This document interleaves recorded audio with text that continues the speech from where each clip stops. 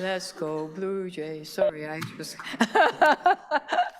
Sorry, we're slightly behind. We raised the flag to celebrate the Blue Jays getting into the playoffs. So if you're wondering why it's the whole group of councillors that are wearing Blue Jays thing, it's because we just came down from that.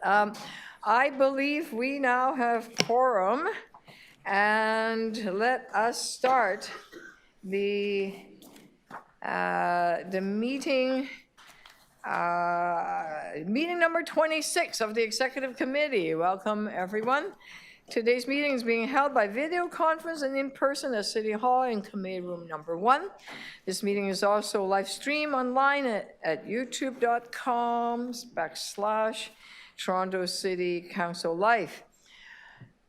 Although we're meeting in different places, the committee would like to acknowledge that the land we're meeting on is the traditional territory of many nations, including Mississauga of the Credit, the Anishinaabe, the Chippewa, the Haudenosaunee, and the Wendat peoples, and is now home to many diverse nations, First Nations, Inuit, and Métis people.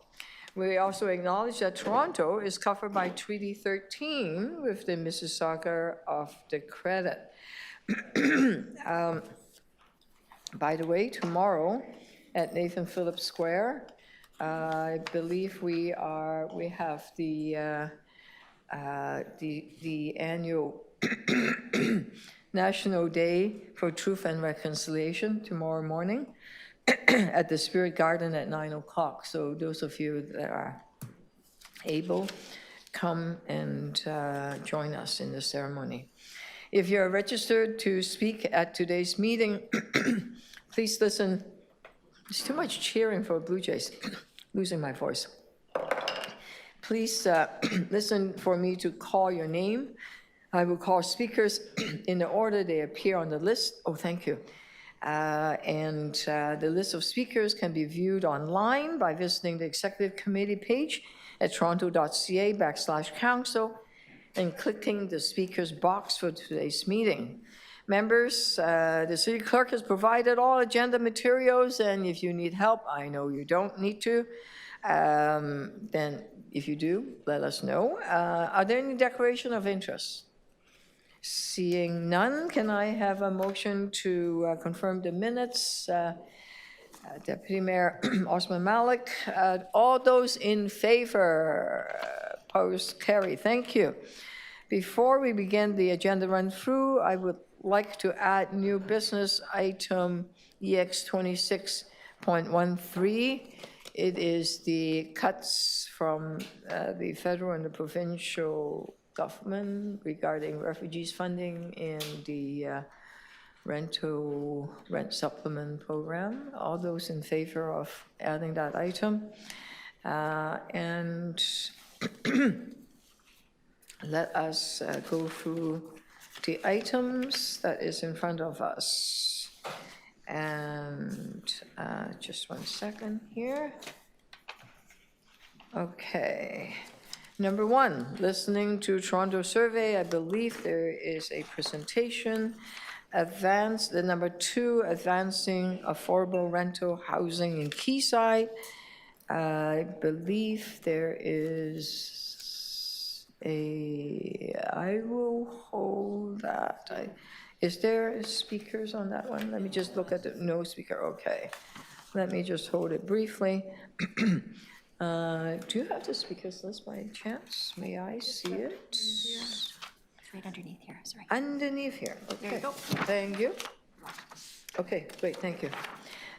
The next item is the capital variance. For the 6 months ending, I see no, anyone want to hold it? Move it? Okay, Councillor Carroll, all those in favor of the recommendations?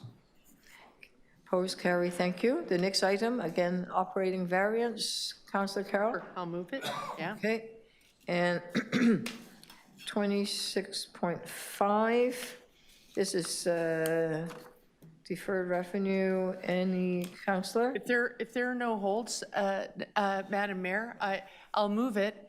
Just pointing out to people your new favorite attachment is attachment F.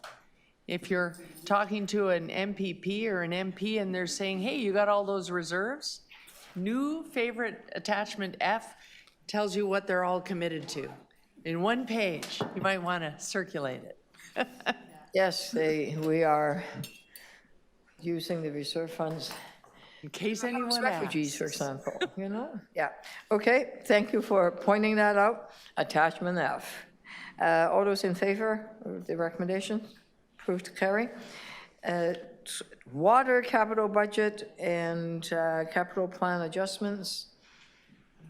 I'll move it. Fine. Okay. I've reviewed them. Thank you. Efforts to improve end-to-end customer experience. That came from anyone, Councillor Fletcher, you have speakers? Okay, Thank you. thank you. Western Beaches Breakwater Action Plan, I actually have a small recommendation. Do we have any speakers on that one? No? I have a recommendation. Do you have it? Can you put it on the screen? It really. Can you just hold it down? Okay, we are holding that down for a minute,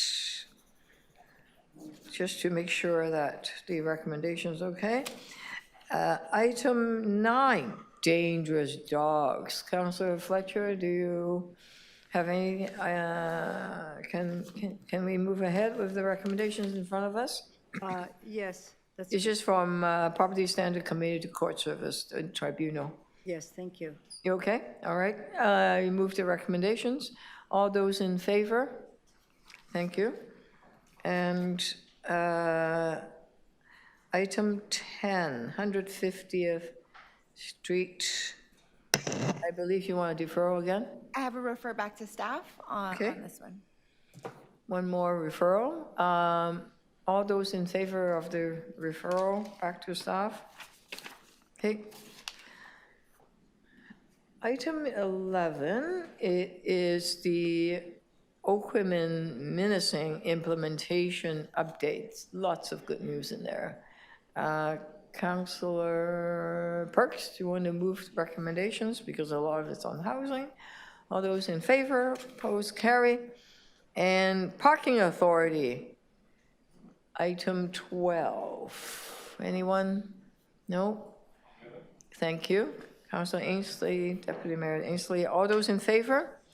Opposed, carry, thank you. And 13 has speakers. Okay, I'm going to move,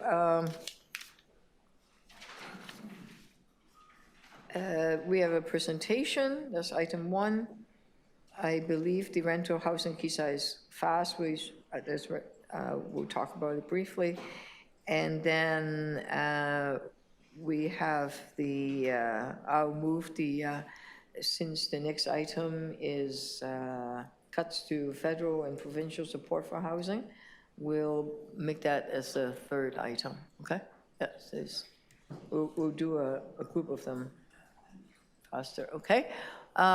Presentation, first item, the Listening to Toronto survey.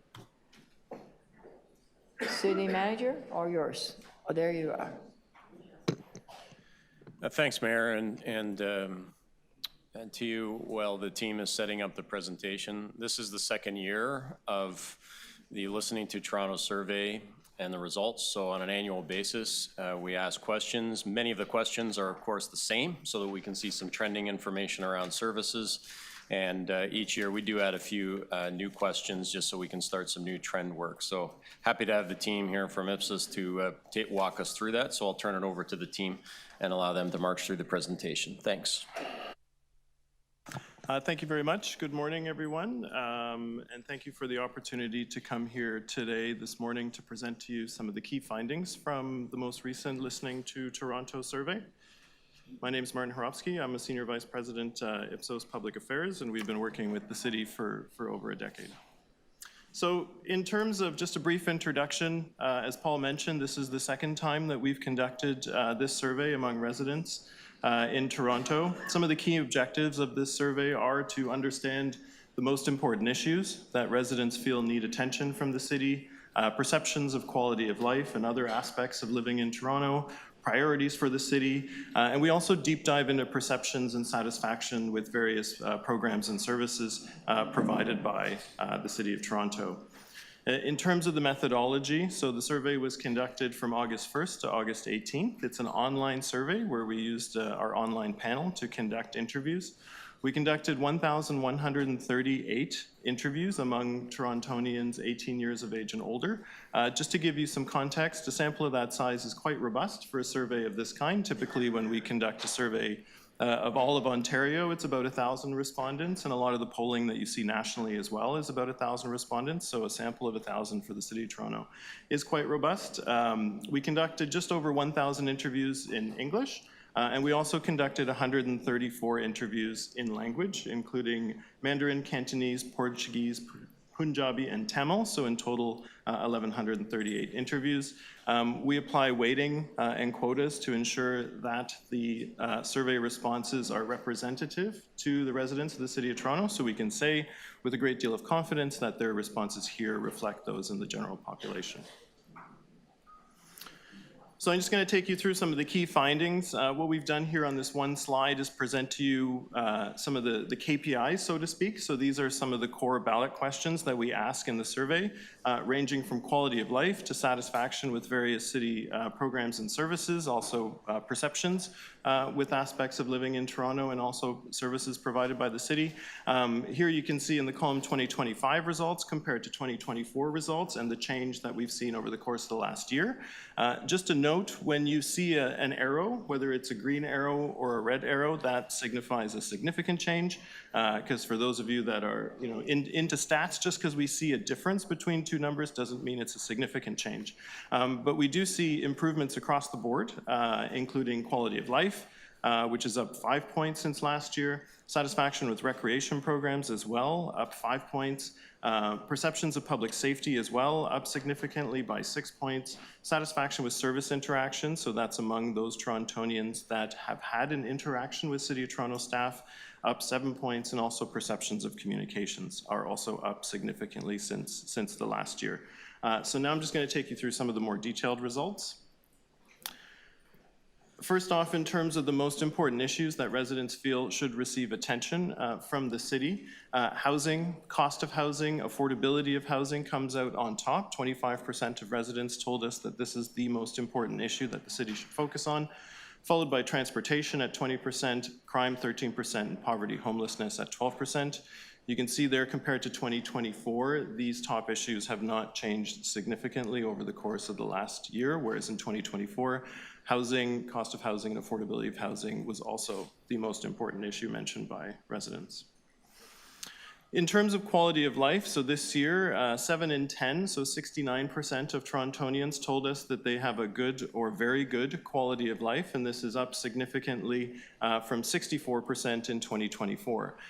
Throughout the report, you'll see on the right there, we call out some different demographic differences. So in this case, you can see that men are more likely than women to say that they have a good or very good quality of life in the City of Toronto, as are younger and older residents compared to middle-aged residents. And we also find a significant connection to transportation. So those residents that are more satisfied with the transportation system in the city are more likely to rate their quality of life as high. On the other hand, where we're looking at about the 3 in 10 residents who said that they have a poor or very poor quality of life in the city, disabled Torontonians are more likely to say that compared to non-disabled Torontonians. In terms of different aspects about life in the city, we asked residents whether they agree or disagree here with a number of statements. Overall, you can see that about 8 in 10 residents agree that the City of Toronto is a welcoming community. This is up significantly since 2024. 65% of residents say that they have confidence in the City of Toronto to provide programs and services that they need. Again, up significantly. The City of Toronto is a great place to raise a family. 63% of residents agree with this, up significantly. And going down to the bottom, we asked if residents agree or disagree that city services have improved over the course of the past year. It's about a 50-50 split. 47% of residents agree that yes, they have, whereas 53% of residents disagree and say no, they haven't.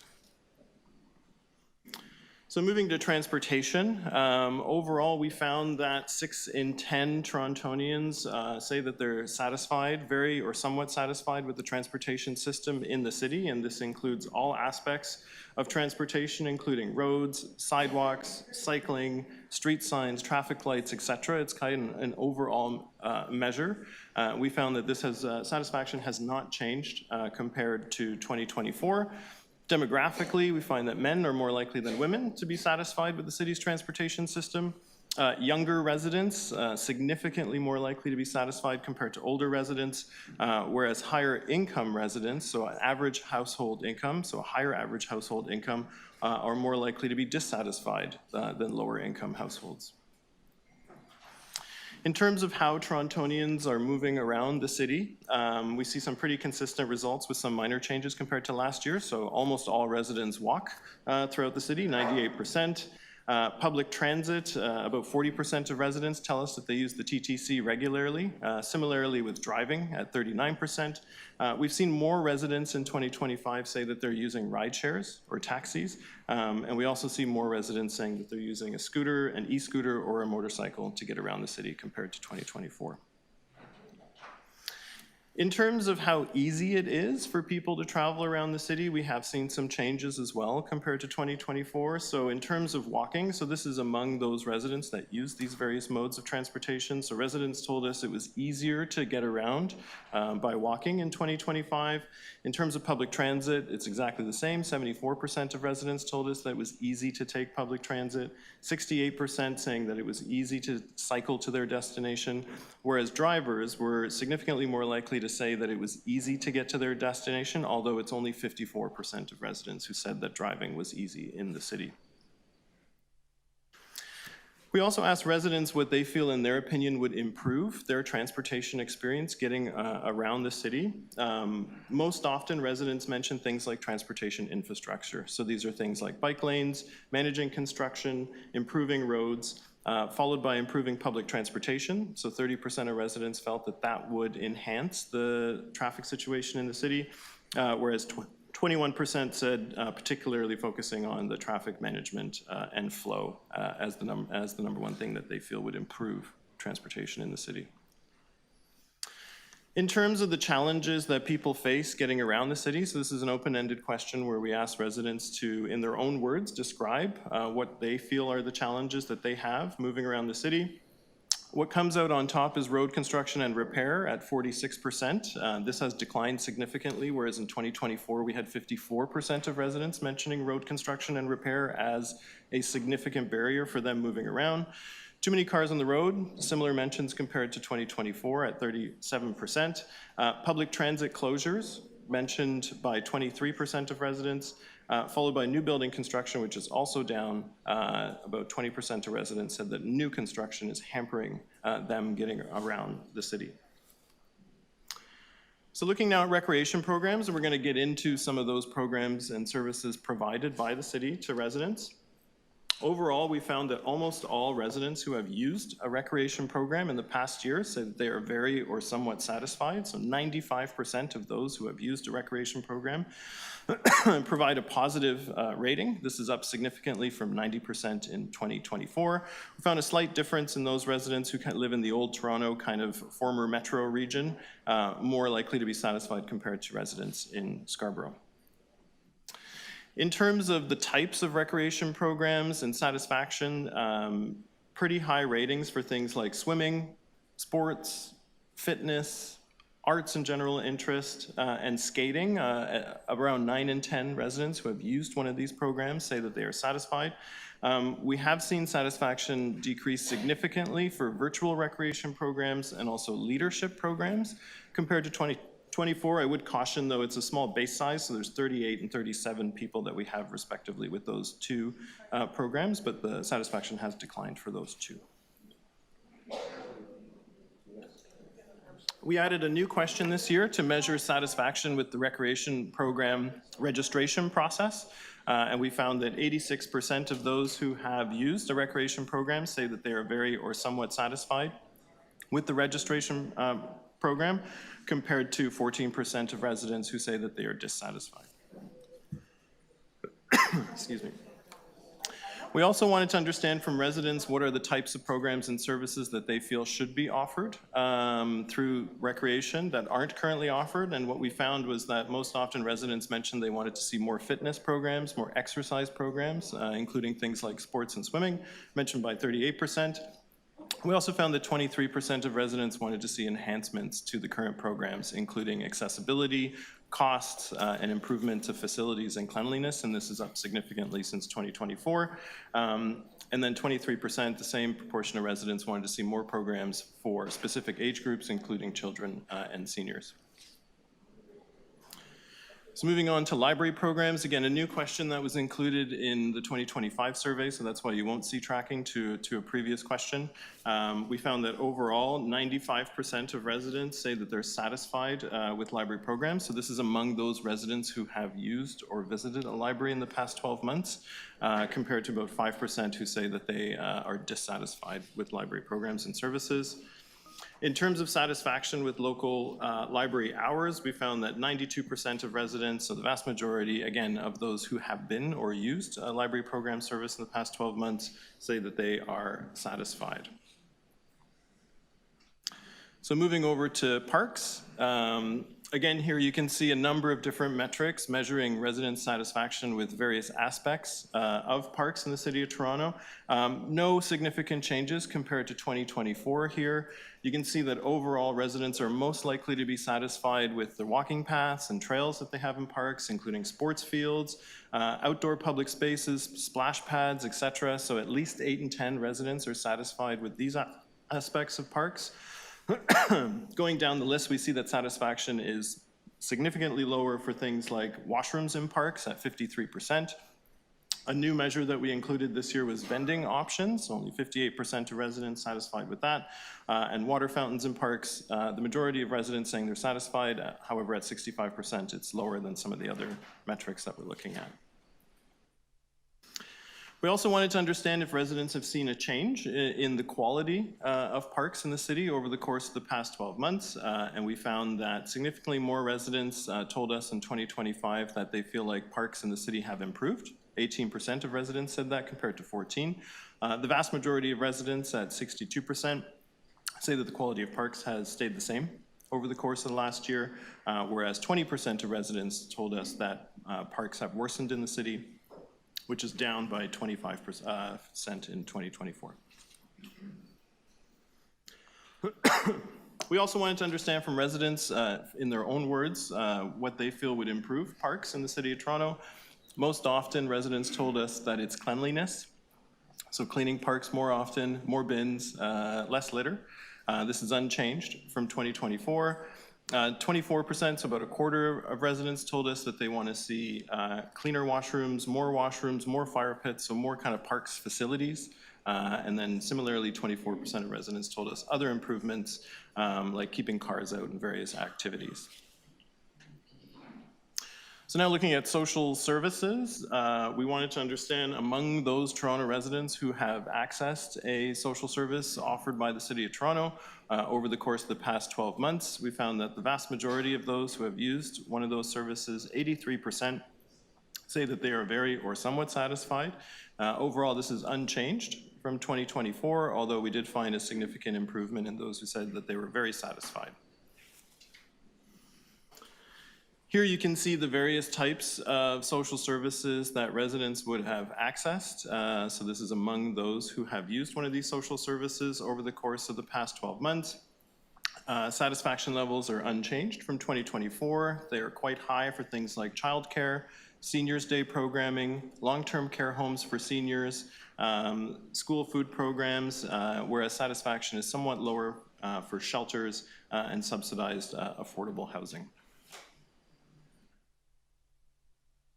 We also wanted to understand some aspects of residents' experience when accessing social services provided by the City of Toronto.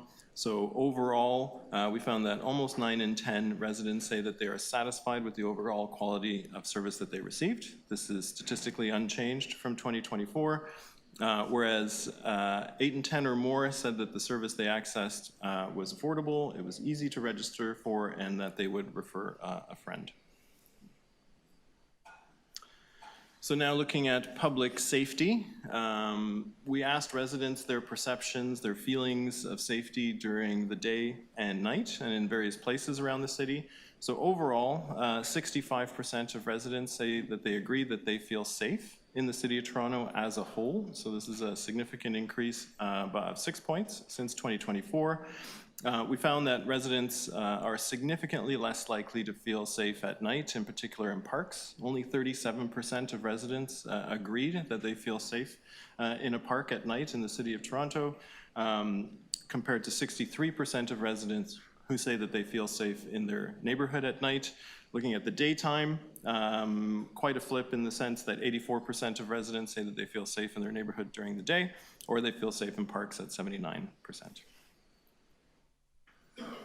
We also wanted to understand how safe residents feel when they're moving and traveling around the city. We found that overall, as a pedestrian, 65% of residents agree that they feel safe as a pedestrian in the City of Toronto. This is statistically unchanged from 2024.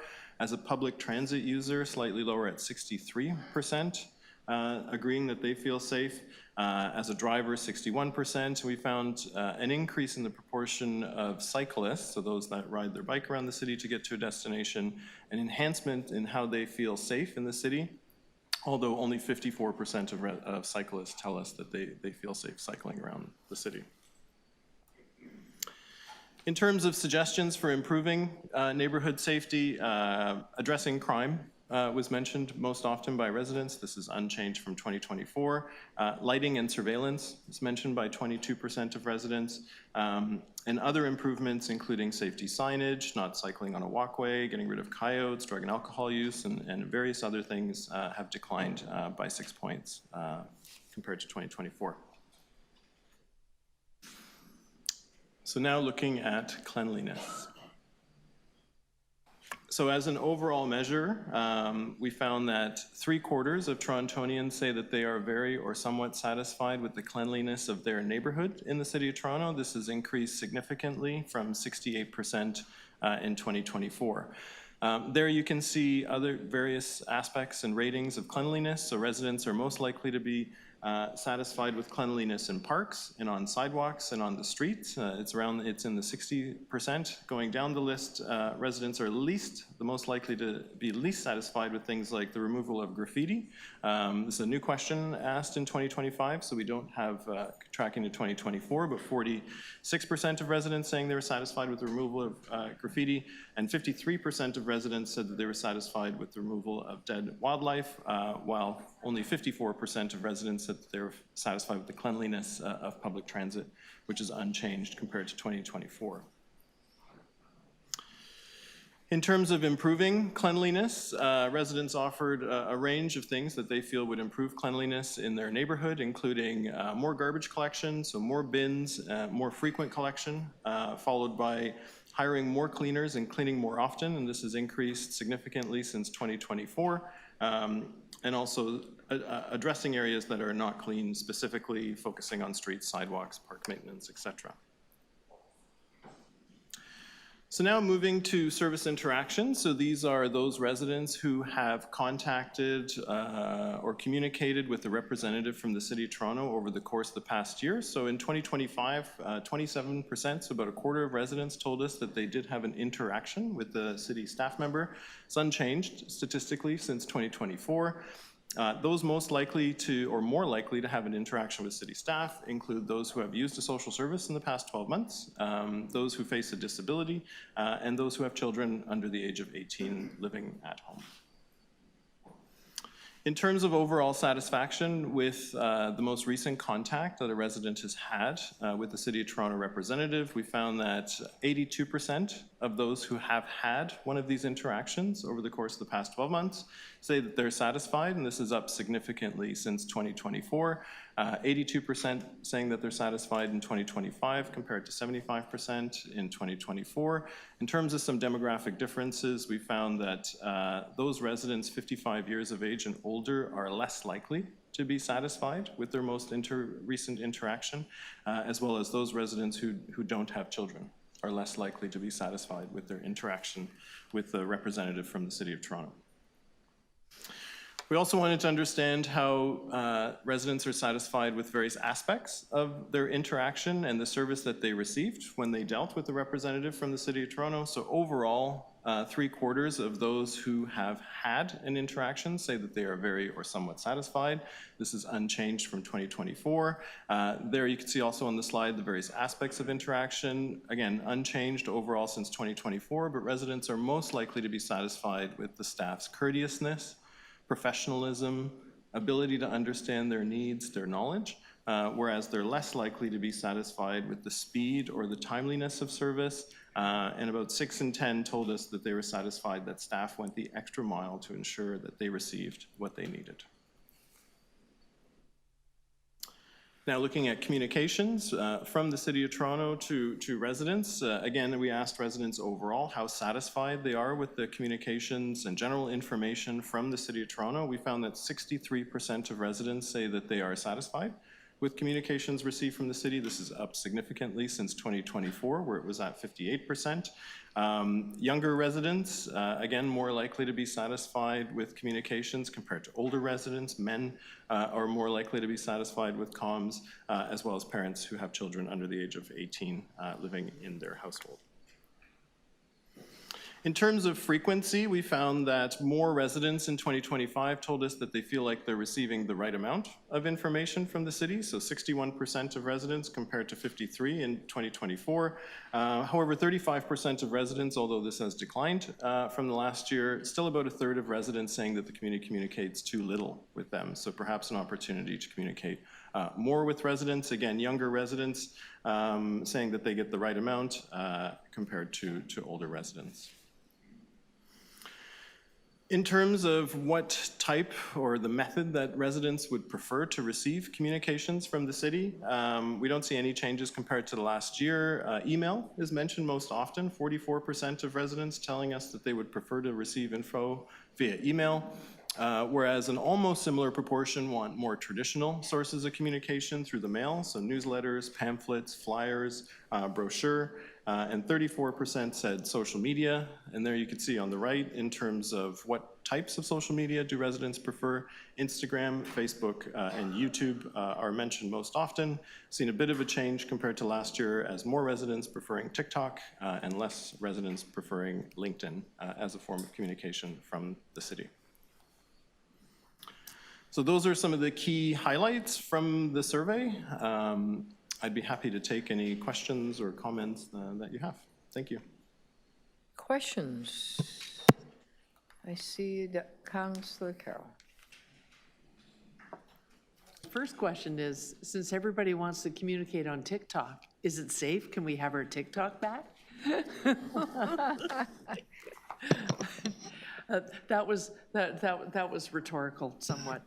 A rhetorical question, as I said. Speaking of the word somewhat, I'm wondering, was the methodology just straight survey? What we're seeing here as the findings are also basically the questions that were done on the survey? Or was the survey done in such a way that, you know, you're teasing it out, but then collating the information to present it to us in that way? So it's a bit of, it is a straight survey. Those are the Oh, results. okay. There are some open-ended questions where we allow residents to. That's what I wondered. Okay. Yeah, so some questions like things like enhancements, you know, what are the most important issues? We don't want to presuppose what those are, so it's an open-ended question, so residents can provide any answer that they like, and then we code those answers into larger categories to report them on the slides. Okay. So does that allow us, I guess only in certain topics where you have done that, we could unpack somewhat? Because I worry about where you have a large percentage of somewhat agree. And well, right from the top, is this a welcoming city? I somewhat agree. That could mean, you know, I think it's something like 50% said somewhat agree. That could mean it's sort of a welcoming city, but from time to time, I myself experience racism, and then that's something serious we need to deal with. What does somewhat mean? Is there an ability in the survey methodology that we can unpack that a little, or staff can unpack that a little? In terms of the open-ended questions, for sure, so we have verbatims from every single resident that participated that we can share. Obviously, we would strip out any personal information, so that is, sometimes municipalities find it useful to actually look and see what are the quotes, what are people actually saying. In terms of somewhat and strongly agree, you know, when we look at other surveys that we conduct, generally, people like moving to the middle of a scale on a question, so it's not uncommon that we see a lot of somewhats, but, you know, it's not always the case, right? Right. Okay. Thank you. That's all. Thank you, Madam Mayor. Okay, thank you. Seeing no other speaker, I just quick comment. The top line is 3 out of 4 Torontonians have confidence in the city that we are providing the services they need. It's a 12% improvement from last year, which is a great thing. And 7 out of 10 Torontonians believe their quality of life has improved, which is a 5% increase from last year. And that too is encouraging. We, of course, need to do more cleaning, work with seniors a bit more. There are quite a few, and that feeling of safety, especially at night, right? So it's some work that we can do. So thank you for your presentation, and can I then have a motion to receive this for information? Gratitude. Deputy Mayor Amber Molly, thank you so much. All those in favor? Thank you. I'm going to quickly release a bunch of things so that people don't have to wait around. I believe at the Quayside, seeing that there's no other speaker or wanting to hold, you have a question. Okay, I'll hold it down for a minute. The Breakwater motions, it's really to establish a working group. If you can provide the recommendations on the screen. It is to request the Director of Waterfront Secretariat in consultation with local councillors, public advisory body with the Western Beaches stakeholders interested in breakwater repair.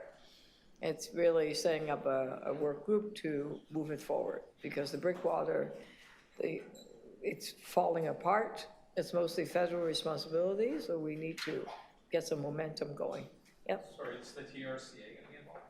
It should be, absolutely. Yeah, that whole work group will bring all the players together. Okay. Port Toronto, Port Authority. Sorry, Councillor, go ahead. You might want to tell Councillor Hayes that TRCA is already involved in doing research on the quality. Okay, they are already involved. Can you tell Councillor Perks I said thank you? Well, thank you, Councillor Perks. What a team.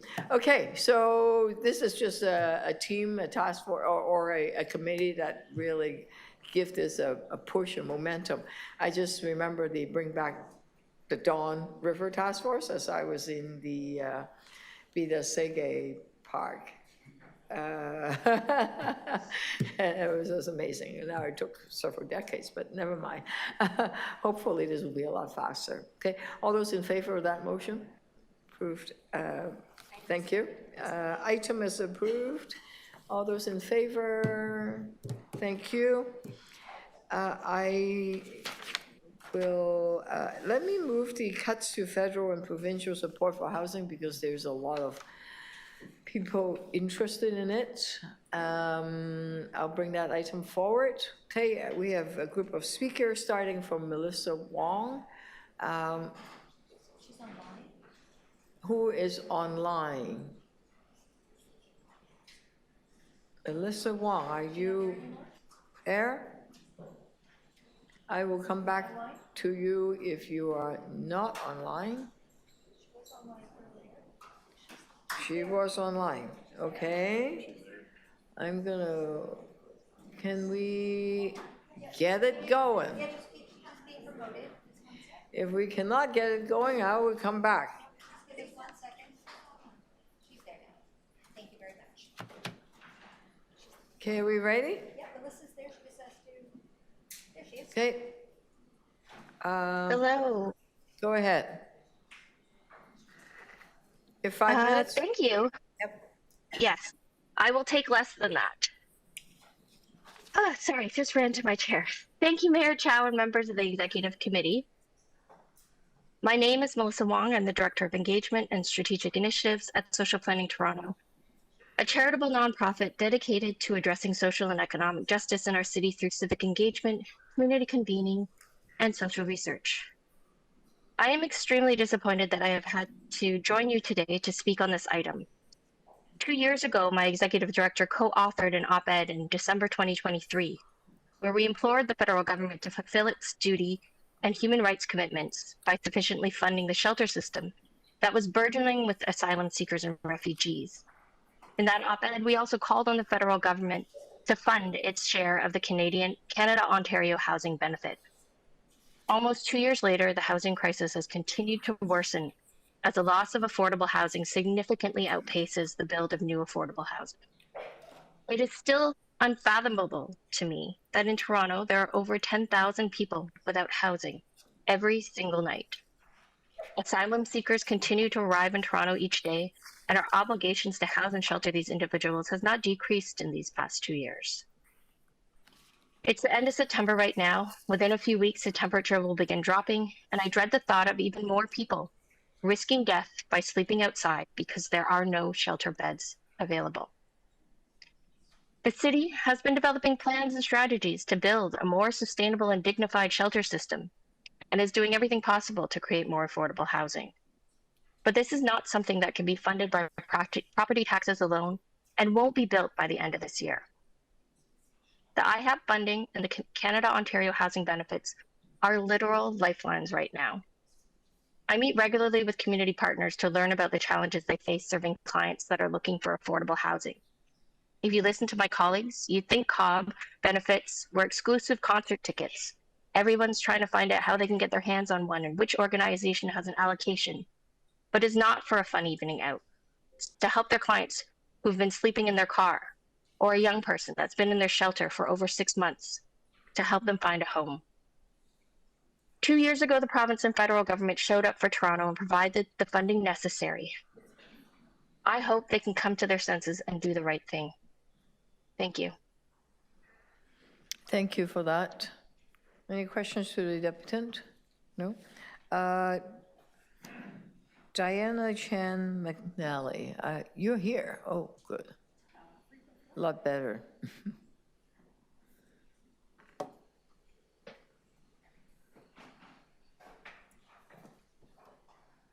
Thank you, committee. I am presenting this letter not just as myself, but on behalf of... Your mic on?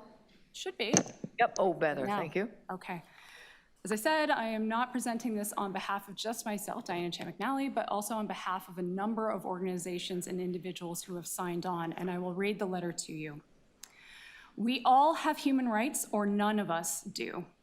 The federal government's decision to cut funding for refugee shelter under the Interim Housing Assistance Program, or IHAP, ensures that there are human rights for some, but not for others, specifically for refugees who are already fleeing the direst of circumstances in the pursuit of basic safety. Not only do these funding cuts contravene Canada's international human rights commitments, but they also violate its federal laws. Under international covenants, Canada has a legal obligation to ensure access to shelter and housing without discrimination, including on the grounds of immigration status or nationality. Cuts to IHAP funding also undermine the federal government's own statutory commitments in the National Housing Strategy Act, including to the right to housing and the needs of equity-seeking groups. And, as I saw in 2023, reducing funds for refugee shelter also places refugees at serious risk of harm, including death, a clear violation of their charter right to life, liberty, and security of the person. These are not arbitrary arguments. They are clear, legal, and human rights obligations. Cutting IHAP funding for refugee shelter also creates costs elsewhere, including to the healthcare system, public transit, community services, and private business. Placing this financial burden on an already overburdened healthcare system would create dire outcomes for everyone seeking healthcare service, particularly in emergency departments where people often seek shelter. For Toronto's TTC system, their libraries, community centers, campuses, and businesses, specifically malls, coffee shops, and quick-serve restaurants, refugees seeking de facto shelter in these spaces would create a financial and labor cost. For refugees who can't find shelter and are forced to live outdoors and in encampments, the cost of outreach, policing, of emergency services would outstrip the cost of simply granting people safe shelter. Most of these costs will be municipally borne, which is unfair. But some will be paid by nonprofits, post-secondaries, BIAs, and individual businesses. This is, in effect, an abandonment of federal responsibility. To be clear, refugees are unequivocally a federal responsibility. This responsibility was affirmed in 2023 when the federal government provided Toronto with IHAP funding to shelter thousands of refugees who were languishing on the street. We all saw that. The federal government made a promise of continued funding for refugees who still require substantial shelter beds in Toronto. Cuts to IHAP funding are shirking of federal responsibility as well as a broken promise to the City of Toronto, let alone a violation of the law, their own laws, and Canada's human rights obligations, as well as an unnecessary financial burden on those who should not be carrying it. Clearly, the legal case, the business case, and the humanitarian case are all aligned. The federal government must be aligned as well. As signatories on this letter, we affirm that the federal government must fulfill its promise to the City of Toronto by continuing to provide full IHAP funding to meet the real need for refugee shelter for as long as it is required. The alternative is simply too great of a cost to bear. And I'll read the organizational signatories on this letter. Advocacy Centre for Tenants Ontario, the Anglican Diocese of Toronto, Christie Refugee Welcome Centre, College Street United Church, Covenant House Toronto, CUPE Ontario, Crossroads Theatre, Dixon Hall, Eva's Initiatives for Homeless Youth, HIV Legal Network, Jane Finch Community and Family Centre, More Neighbours Toronto, My Brother's Keeper Parkdale, National Right to Housing Network, Neighbourhood Legal Services, Progress Toronto, Right to Housing Toronto, Romero House, Social Planning Toronto, Social Rights Advocacy Centre, Sojourn House, St. Felix Centre, St. Michael's Academic Family Health Team, the Neighbourhood Group Community Services, Toronto Indigenous Harm Reduction, Toronto Neighbourhood Centres, Toronto Shelter Network, Toronto Underhoused and Homeless Union, Unison Health and Community Services, Women's National Housing and Homelessness Network, Workers Action Centre, York Southwestern Tenant Union, and YWCA Toronto. We stand in agreement that this is a federal responsibility and they must pay their bill. Well said. Thank you. Any questions to the deputy? Oh, she covered it all. Anyone? Thank you so much. If you can leave that letter, well, it's in our package. We need to circulate it. Thank you so much. Thank you.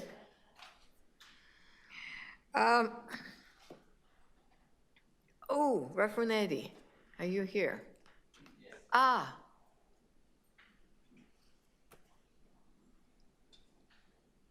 Thank you so much for being here. Good morning, Chair. Good morning, friends. All observed. Is my microphone there? A few weeks ago, exactly on September 18th, we suffered a tragedy in our community. There was a young lady in her early 30s. She came not so long ago. She lived at our church for a few days, and then she found a shelter in one of the shelters in Toronto. She had other things going on for her besides looking for a bed. She struggled with a mental illness and other settlement-related stressors. Unfortunately, a combination of all those stressors led her to believe that ending her life was the only option that was left. She followed through with that. She ended her life, and we buried her last Thursday. I want to start there, not to grieve anyone here, but also to thank the City of Toronto. When I heard of that tragic loss, I immediately texted Vera, who is now a friend because of how we partner in trying to just make sure there's no one who is on the street. Together, very quickly, speaking with our friend Gordon, they put together a team that came to attend the burial. I have never seen this in all the years that I have dealt with the city. I wanted to start by expressing my gratitude on behalf of the family. Thank you. Yes, a shelter bed is good, but when you show up to something like that, there's a level of support that the family receives that can't quite be put in words. So I wanted to express my gratitude on behalf of the family. I noticed in the recommendations that Mayor Chow gave, we want, on behalf of the African Canadian Collective, who I sit here and privileged to represent, also on behalf of Dominion House of Hope, a place where on an average between July 2023 and January 2024, an average of 200 people were sleeping in the church pews. Not because we had the resources to house them, but because we did not have the option to just keep looking on while they slept on the street. I'm here today primarily to express our shared concern, Mayor Chow. When you say that you're worried that the 2023 July incident, or trauma, if I should call it, is being threatened to repeat by these cuts, we are here to express that we share those concerns. I've been a pastor for so many years. I have never been stressed and challenged as I was during those months when at about 1 a.m. as I left the church to go to my house, I drove past 8 people wanting to get in, but I knew that I could not let them in because we were full beyond capacity. In fact, if I can go full confession, we violated some of the capacity rules. And I know the fire marshal knows that already.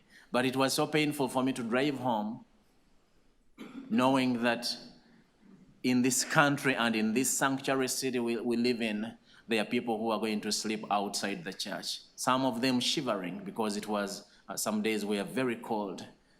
I wanted to come here specifically to express to whoever cares to hear, but specifically the federal government, that we are worried that decision that you're about to make, if you go through with it, it really threatens a repeat of an incident that some of us keep praying that we never live to see.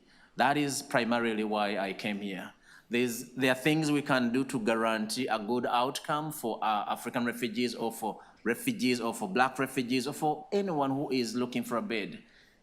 But there are also decisions that we can do that guarantee negative outcomes.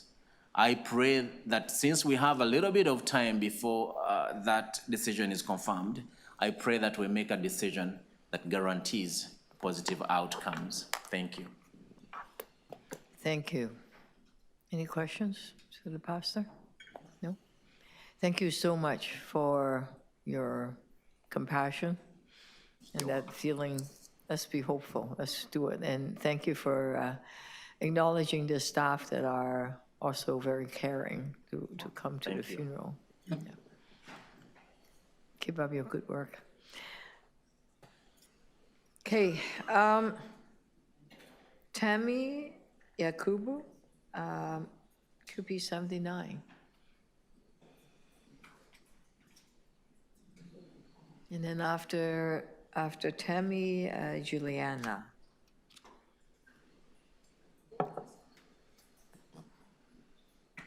After her. Yep.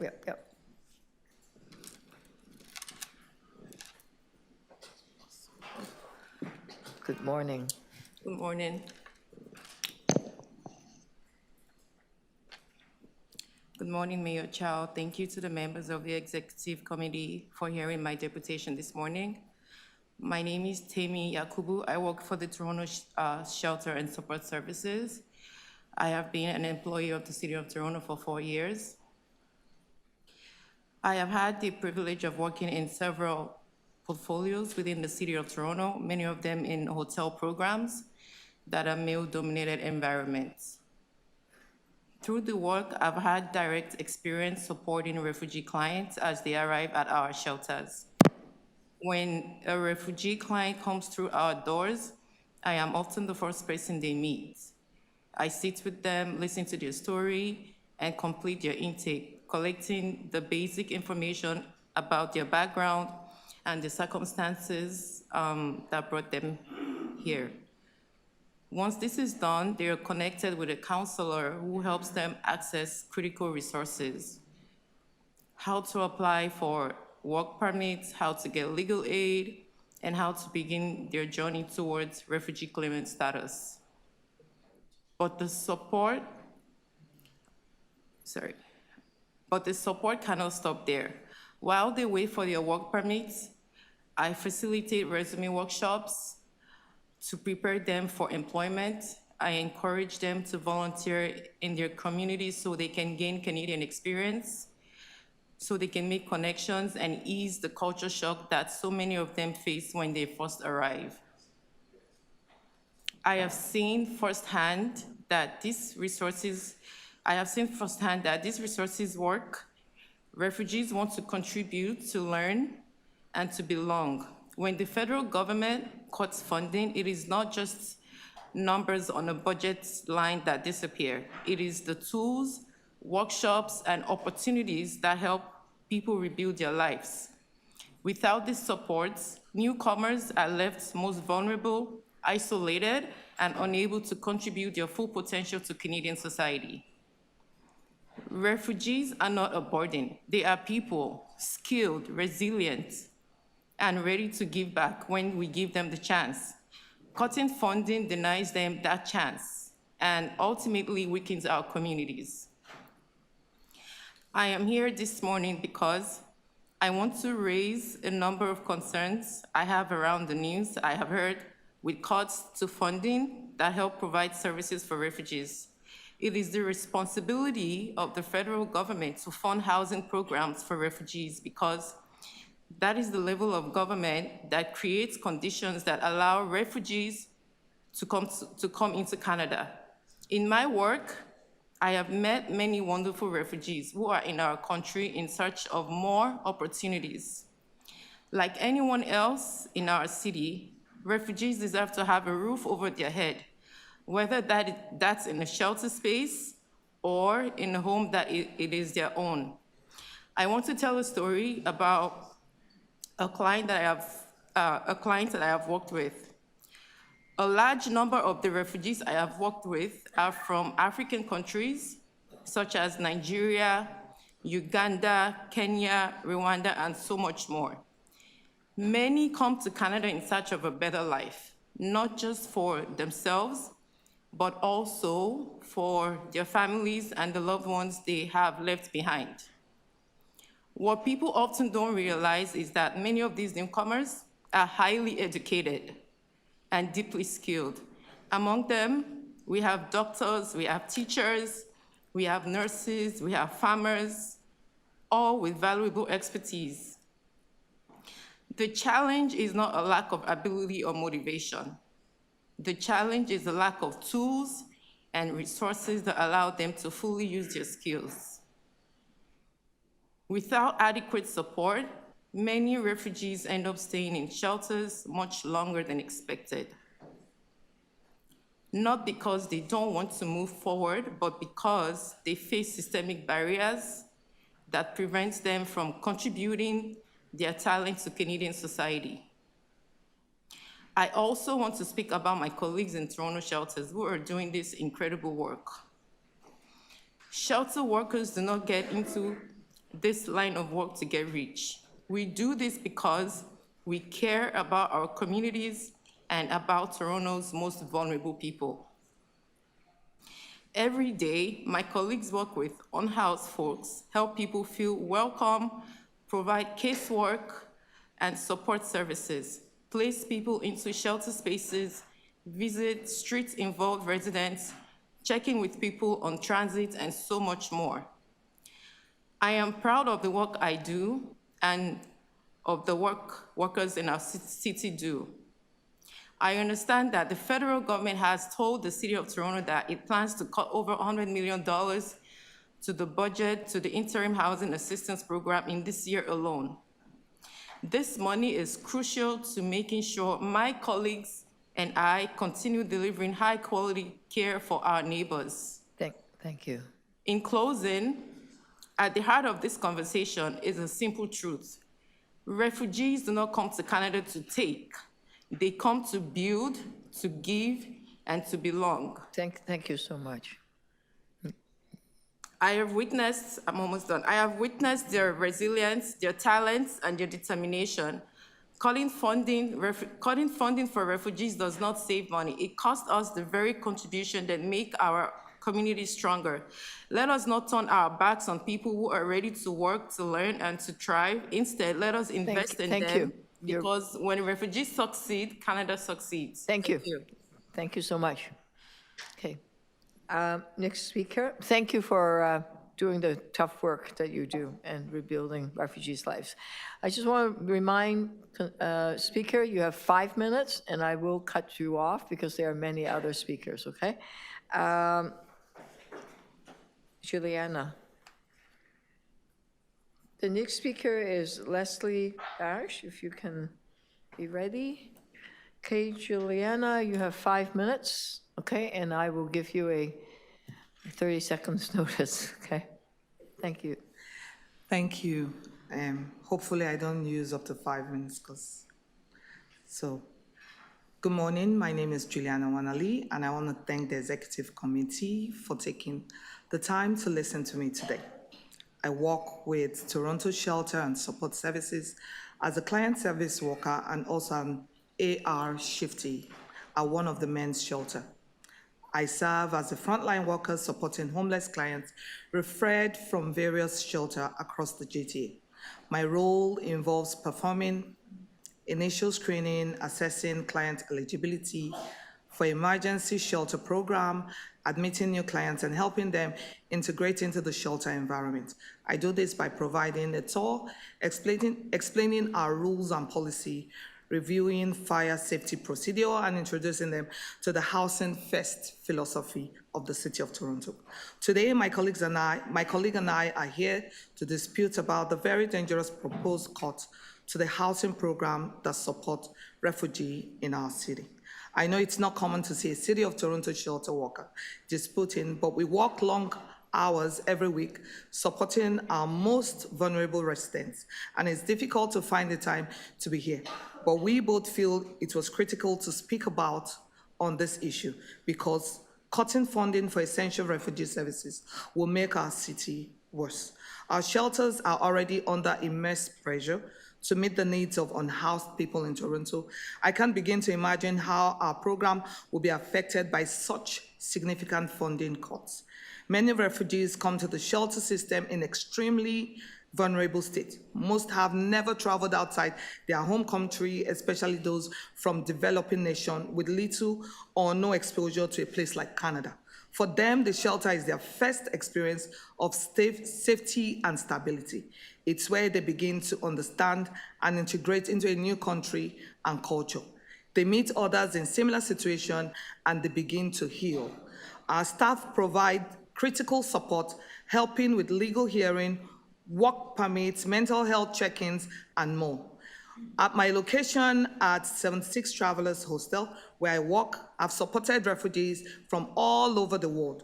One client who was a nurse back in his country, with the help of my supervisor, he was able to get a job at one of the hospitals with the city. I also help another client with his security license. These individuals are now paying taxes and contributing meaningfully to their new community. The pathway to healing and building a new life in Canada begins in the shelter for most of these refugees. Refugees gain courage, resilience, and hope. Cutting funding undermines Canada's commitment to its humanitarian value and to the principles of the United Nations. I am deeply alarmed by the proposed cuts to refugee programs funding. We need more workers in our shelter, not fewer. We need more programs to transition people into permanent housing, not fewer. We need a better, more accessible shelter system, not one that is harder to access. Thank you for considering the item today, and thank you for advocating to the provincial and federal government for appropriate funding of this essential program. Thank you, everybody. Thank you, and thank you for your work for these refugees. You represent them well. Seeing no questions, no? Leslie Gash.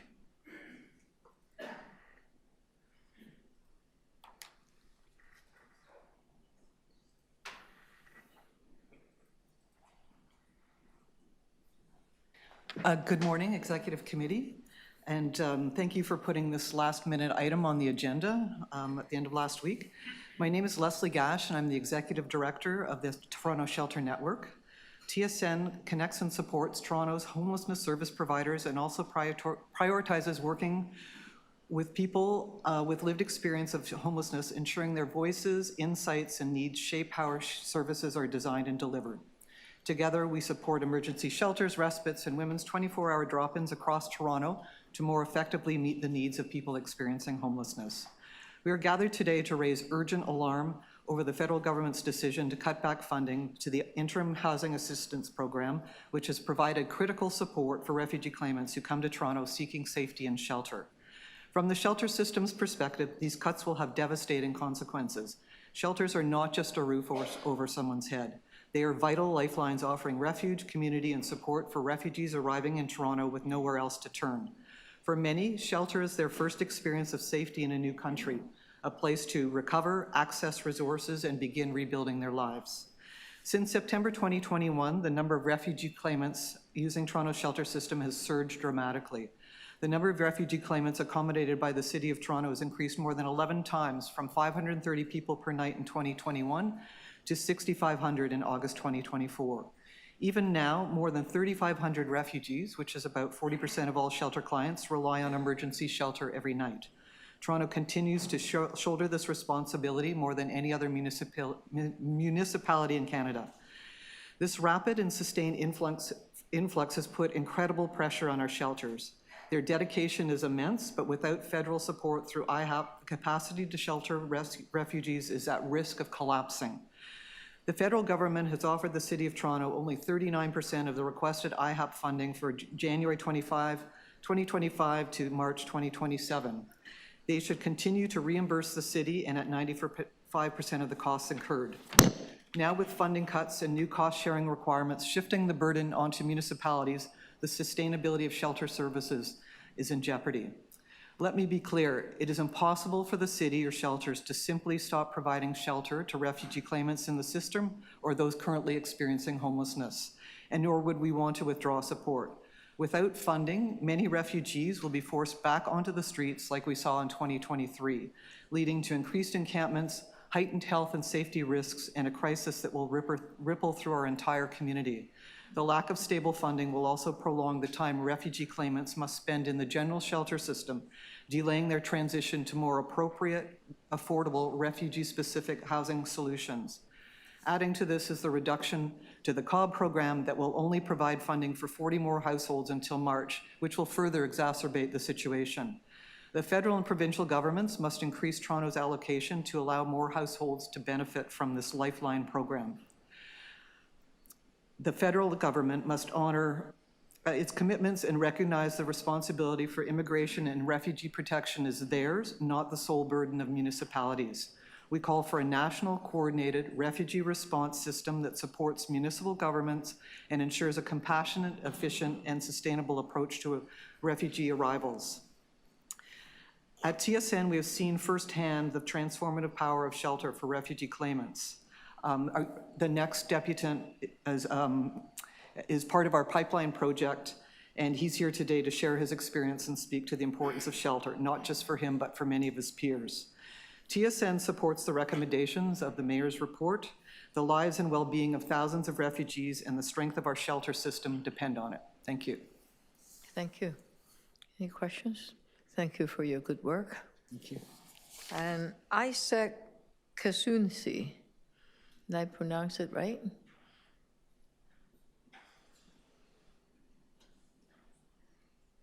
Isaac, have a seat. Thank you for coming. Good morning. Good morning. Thank you to the city, the committee, and the mayor for this opportunity to share with you. My name is Isaac, and I'm a refugee claimant from Uganda. I want to speak today about the important role that IHOP plays in supporting people like me who are new to the country and the shelter services. When I first arrived to Canada, I had nowhere to go. The shelter system was my lifeline. It provided me with not just a roof over my head, but community and other resources. Without that support, I would have felt lost and isolated. And the shelter offered me a place where I could feel human again and connect with others facing similar issues. From there, I started moving forward, and I remember being helped by shelter staff in navigating like job seeking and writing resumes, and sometimes even a place to like just vent and someone to talk to. I urge everyone to reconsider what these fund cuts could actually do to me and other people who have been in a similar position or who are in a similar position. Because many of my peers will be left out without shelter and forced to the streets owing to unsafe conditions, honestly. The risk of mental health crisis and all of that soars up with budget cuts and all that. And physical health will decline due to exposure to poor living conditions and lack of access to basic needs. The fragile progress we have made in creating permanent supportive housing solutions will be undone. Shelters are more than just buildings. They're lifelines to a lot of people. They offer refuge from danger and despair and a foundation for refugees to regain dignity, access, help, and begin healing from the trauma that they've actually gone through. That is what shelters did for me. So with the support of frontline staff and case managers of these shelters, I began to heal and regain my dignity to where I am now. Right now, I'm working with the Toronto Shelter Network under the Toronto Shelter Network Employment Pipeline program, and I'm working towards getting full-time employment. None of this would have been possible without shelters, honestly.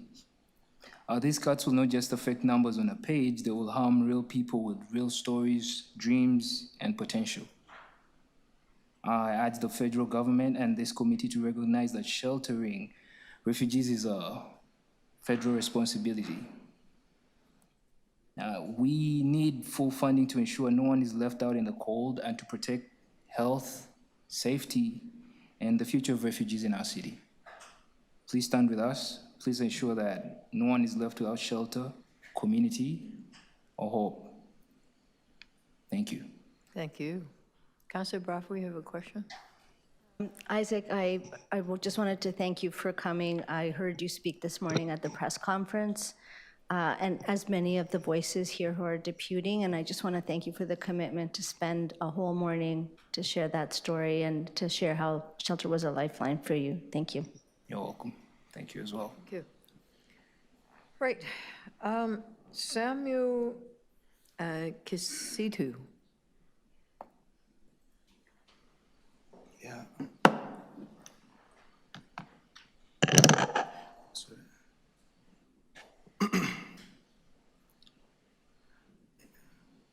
Thank you very much, Mayor Olivia. My name is Samuel Kisitu. Good morning, friends, frontline workers, and community leaders. My name is Samuel Kisitu. I am a refugee from Uganda. I am here to represent the coalition of African-led organizations in Canada, which comprises of refugee-serving organizations, which were an invisible force before the coming of Mayor Olivia Cho. When you visited us at Dominion Church, you became more seen and visible. Thank you. That was during the African refugee housing crisis, as it's quoted in the media, in 2023. I speak today not only for myself, but for so many thousands of African refugees, asylum seekers, and unhoused people being pushed to the margins by the cuts to housing and shelter supports. Like many opposition supporters of the National Unity Platform, rooted in the People Power movement, represented by the billet I have on my head, being killed, abducted, imprisoned, tortured by President Museveni's regime as Ugandans head towards yet another election in 2026 January. His 40-year dictatorship has taken countless lives since the Luwero Triangle War, which killed half a million of people, including my family members. When Museveni wanted power in 1986, he made my homeland, my village, his battleground. Because my support for Bobi Wine made me Museveni's target, I fled Uganda in 2019, finding a home away from home in Toronto. Here in Toronto, I faced new struggles before I finally got a home in Toronto Community Housing in December 2023. I was one of over 15,000 people experiencing homelessness, as recorded in the city's 2024 Street Needs Assessment. I know what it means to have nowhere to go in a Canadian winter. When the Premier Dogford told people to stay at home during COVID-19, I had no home. I slept in Dominion Church, in the church storage of Dominion Church International, Toronto, and moved between shelters, Seaton House, Fred Victor, Cornerstone Men's Shelter, trying to find safety and dignity. During that time, I worked as a personal support worker, risking my life to care for others. My story was covered in the Toronto Star and Regent Park TV because it reflects what so many refugees, migrant workers, and non-documented people, frontline workers endure. Andre Howarth once called me a hero to families.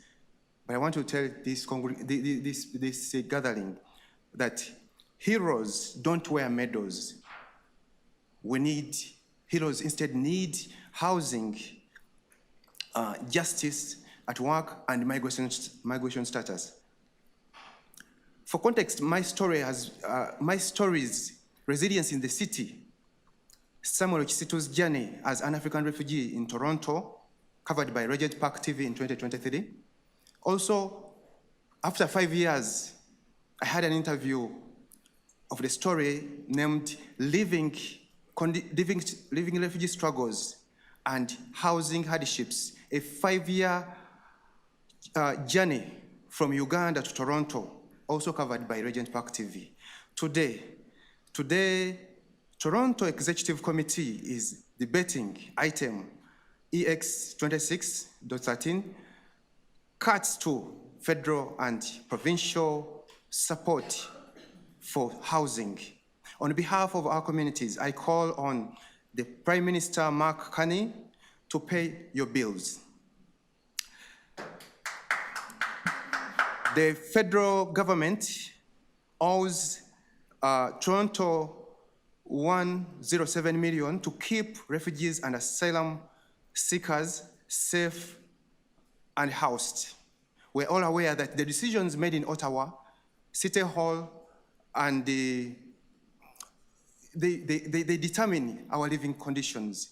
If Ottawa refuses, thousands who rely on HEAP and COHAB to pay rent will be left on the streets.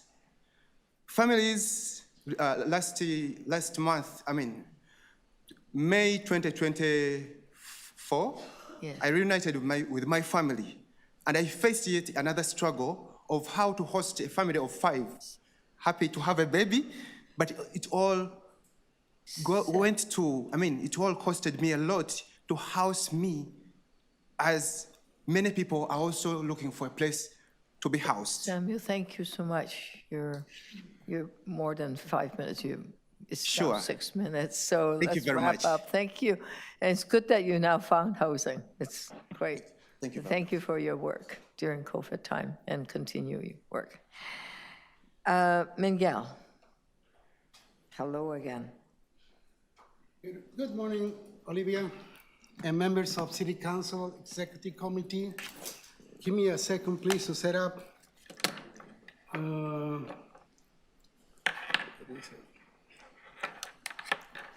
I just thought you'd be so familiar with it. It would be just fast. After Miguel is Francesca Alodi Ross, and then after that is Casito, who I see here. Okay, go. Thank you, Miguel, Olivia. go for it. I'm here to lend my voice of support as a former refugee and illegal alien living in the United States before, to the plea of the residents who are coming from other parts of the world, specifically from Africa. We are seeing an increased wave of Africans coming to Canada because they are escaping Donald Trump's illegal crackdown on humans. I agree with the deputies. We should request Mark Carney to pay his bills. His austerity plans that he has been saying all over the social media.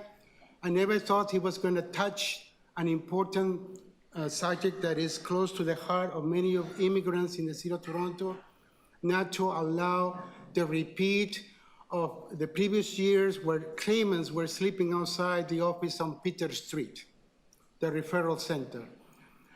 With regards to the Ontario Housing Canada benefit, we're seeing a decrease. I came last week and I spoke about how we can increase transitional housing for those who are coming from the shelters and encampments.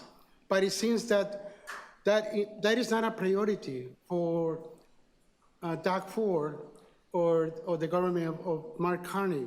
We need to have transitional housing to ensure that future residents who come to live at buildings where people are aging in place, like 220 Oak Street, my building, Toronto Community Housing. We have problems with newcomers where, they're staying awake all day and they don't have knowledge of their roles and their responsibilities. Education is so important for newcomers when they move in buildings where many of us, we have lived for so many years in peace. So transitional housing is so important to increment. And I agree with the report, 54 million will help 300 households, but that has to go on because rental costs are not coming down where they are right now. Condos are charging $2,600 a month. The cheapest you can find is $1,400 a month in a basement, but you have to share spaces with other people. So in the meantime, your opponents, Mayor Chop, they're going to ask you for increasing of taxes. I know their game. They're going to be pressuring you to increase taxes, and then you will lose the election next year. So don't do that. I have a plan for you, Olivia Chop, because I care about you. This is me 2 years ago. And then here I'm saying, look, guys, we have money that we can pass it over to Doug Ford.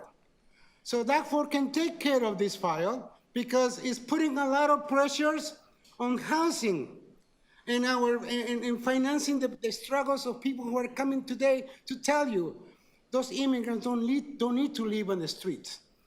So take the police services budget, upload it to the province, and we have $1 billion that we can disperse in transitional housing, in housing programs, et cetera, et cetera. So this is my message from 2 years ago, and this is my message again in 2025. Thank you, Olivia. Thank you, everybody. Thank you so much for your suggestion. No problem. Questions to the deputants? No? Francesca, you here? Thank you. Good morning. Good morning. My name is Francesca Alodi-Ross. I serve as Executive Director of Romero House. We are a transitional housing provider for refugee claimant families. We've been around since 1991, and we are often the first place that refugee claimants contact when they arrive to Canada. They're sent to us from border agents. They find us on Google. Increasingly, they find us on ChatGPT. And we, 2 years ago, had to deal with the fallout of the incredible lack of shelter spaces for refugee claimants. It was very difficult for, obviously, the people sleeping outside, and also for our staff team to have to tell them day in, day out that we don't have anywhere for them to sleep, and we don't know where they should go, and they should try sleeping at the airport, or there are certain parks we hear are better than others. So I'm very grateful to the city for the work that was done to increase shelter capacity. Because of the work of Team SSS, we were able to expand our bed count last year, and we opened 40 new beds for refugee claimants. If these cuts happen, we may need to close that building and all of the wraparound support that we provide for families. Yeah, I'm very worried about that. Yes, refugee claims are down compared to last year, but we're still expecting over 100,000 refugee claimants in 2025, which is, compared to 10 years ago when there were 25,000, that's not going to change significantly. So we need to invest in solutions. We all want to move away from hotels that are expensive and not good for claimants. And that takes money to open new shelter spots, and we need the federal government and all levels of government to participate in those sustainable solutions.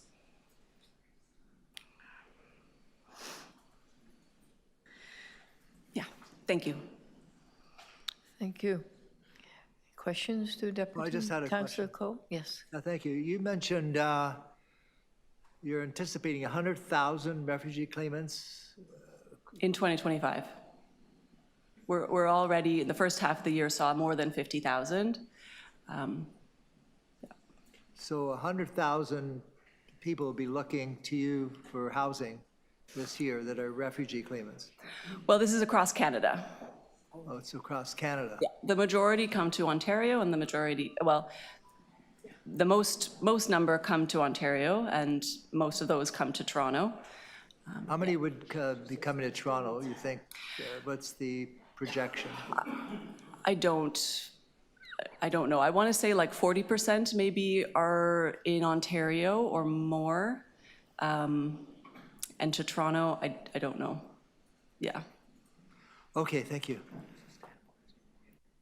And, Deputy Mayor Orley. Thanks, Madam Mayor. I just wanted to pull that thread because my ears also perked up at that number, and I know it's been a point of discussion amongst my colleagues of how we track and how we coordinate what we're anticipating. And I know in this space it's a difficult one, but it obviously helps us to be proactive when we have information. So I'm just wondering where and how you're tracking those numbers and sort of anticipating those pressures. So we get numbers from IRCC, Immigration, Refugee, and Citizenship Canada, and Canada Border Services Agency. There are changes that the federal government is proposing in Bill C-2, for example, to try to further limit options for people to make refugee claims, and which I don't agree with, but I think we will see some decrease. But not significant. People find ways to come here. We've seen that since 1991. We've seen ebbs and flows. People will continue to come. Thank you. Okay. Any other questions? Councillor Bravo?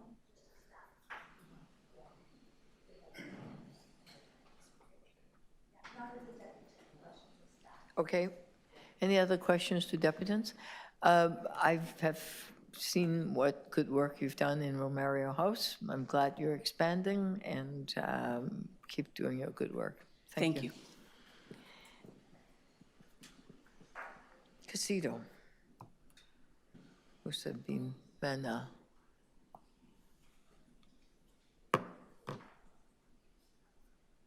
Good morning, Go Blue Jays. Good morning, Madam Chair. Good morning, everyone. My name is Kizito Msalmana. I'm the founder of the Rwandan Canadian Healing Center. I'm also leading the African Canadian Collective, which, as you know, is a group of agencies that came together during the crisis of 2023, one of the groups anyways, because there are so many people that stepped up. And I want to say that before I say anything else, that I support, and I'm speaking in support of the recommendations to obviously get the federal government to pay up. As you know, back in 2023, the Black community and other refugee-serving organizations stood up to support and to take on the responsibility of the government. We stood up because the government couldn't decide who was responsible.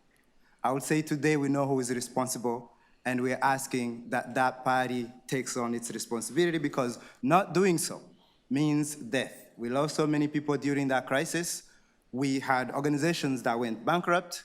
We have agencies that are now burned out, and many people who are traumatized as a result, both individuals who suffered the crisis, obviously the refugees who were sleeping outside, but also the organizations that took on the burden of the government.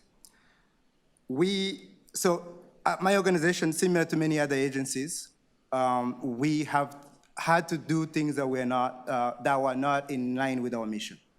For example, when the crisis happened, for me particularly, which happened across from our office, and that's how we got involved, we became a refugee-serving agency. We were not that. Our mission is to provide mental health services and resources to African agencies. But we had to do this work because it was required, it was needed. What we are asking, and what we are asking the federal government and the government in general, is to do your job so we can do our job better. Not doing your job takes our resources away from what we're supposed to do. As you know, as a person who lived through the genocide, the 1994 genocide against the Tutsis in Rwanda, there is so much we could be doing. But of course, we cannot do that if people are traumatized, if people have no places to stay, if people have no food in their homes. So we are forced to do more than we're supposed to be doing. So we're asking the federal government to step up, to pay its bills, so we can come back to the city and talk about other businesses, like providing cultural services, like coming and we've been working with the Toronto Shelter Support Services to find a way to implement some of the cultural services that we know are needed. I've been visiting shelters. I've visited the Peer Welcome Center. We've visited a couple of shelters in Toronto. We know that there are services that we can provide to help some of these refugees and others move out into society. But we can't do that if there is no resources to even house them in the first place. So we're asking the federal government once again to take that action, to make sure that the iHub funding are restored, that we have, and this is important, that we have enough money to provide wraparound, because providing housing alone is not enough. Providing food and bed is not enough. We have to make sure that they have, and again, I love this piece from Peel, but it's also what we are doing in our transitional housing, which was recently funded by a private foundation. We are providing transitional housing for African refugees. What we find works is the wraparound, it's the employment support, it's the mental health support, it's the making sure they have everything that they need so they can focus on one thing, which is to how do we get ourselves off of our feet. So once again, we know who is responsible. We are asking that they take the action. We can do better, we must do better. Go Blue Jays. Thank you. Thank you, and thank you for your work on the Rwandan Healing Center that you started quite a few years ago. So it's great work. Any questions? No? We're good. That is all the speaker in front of us. I know some of the staff have some questions. Councillor Bravo and then Carol. Thank you, Mayor.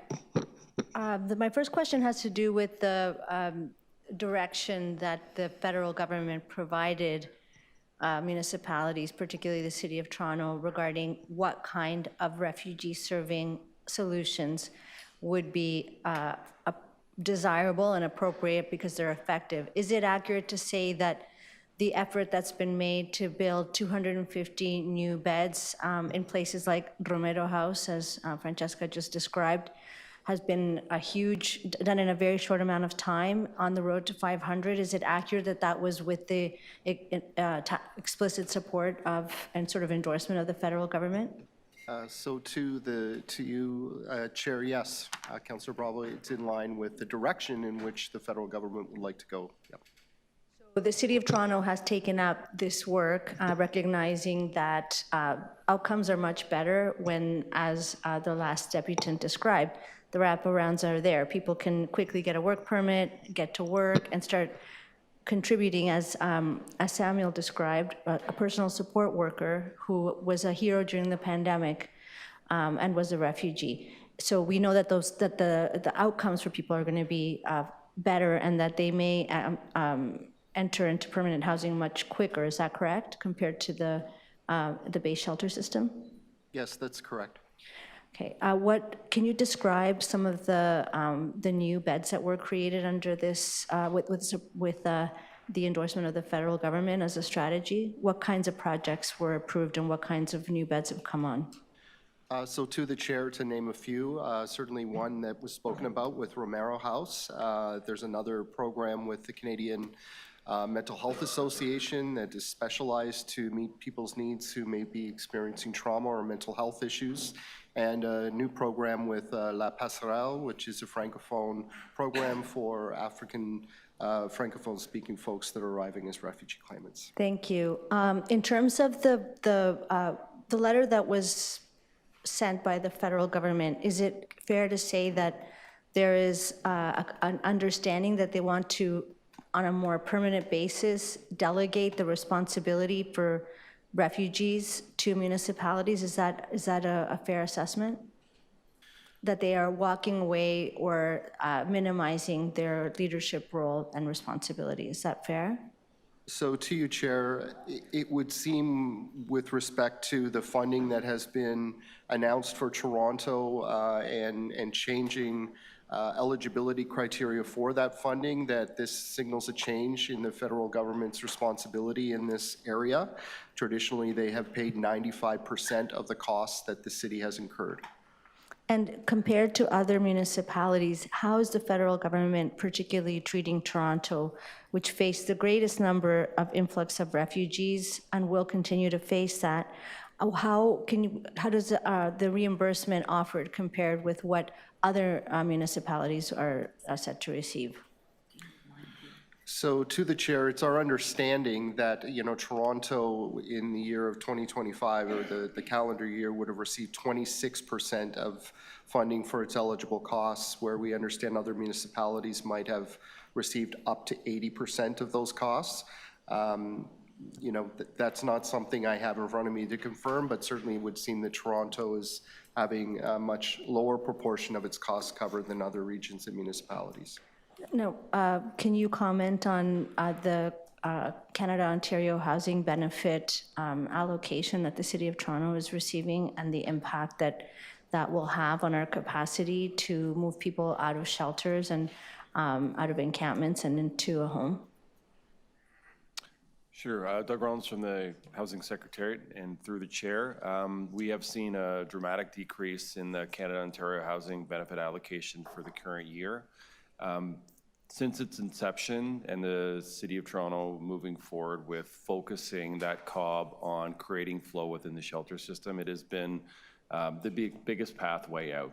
As we build new supportive housing and bring on new rent geared to income housing, the COB has been a much needed relief valve, open to all households experiencing homelessness, but particularly beneficial for newcomer households who've taken up a disproportionate amount of that benefit. So without it, we decrease the bit of flow out of the shelter system, the encampment pressures and the winter planning pressures. Great, thanks. I just want to sneak in one more question. It has to do with the the regional settlement approaches that are necessary for ensuring that refugees are able to integrate into towns and cities where they have declining population and a need for workers.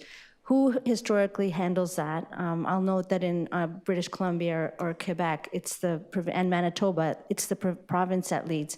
How can Toronto actually settle people into other municipalities and regions alone? Is it even possible? So to the chair, it's very difficult for the city to, to coordinate programs at a provincial or national level. And so we'd certainly look to leadership at both those levels of government to support us to do that work. Thank you, Councillor. Councillor Carroll.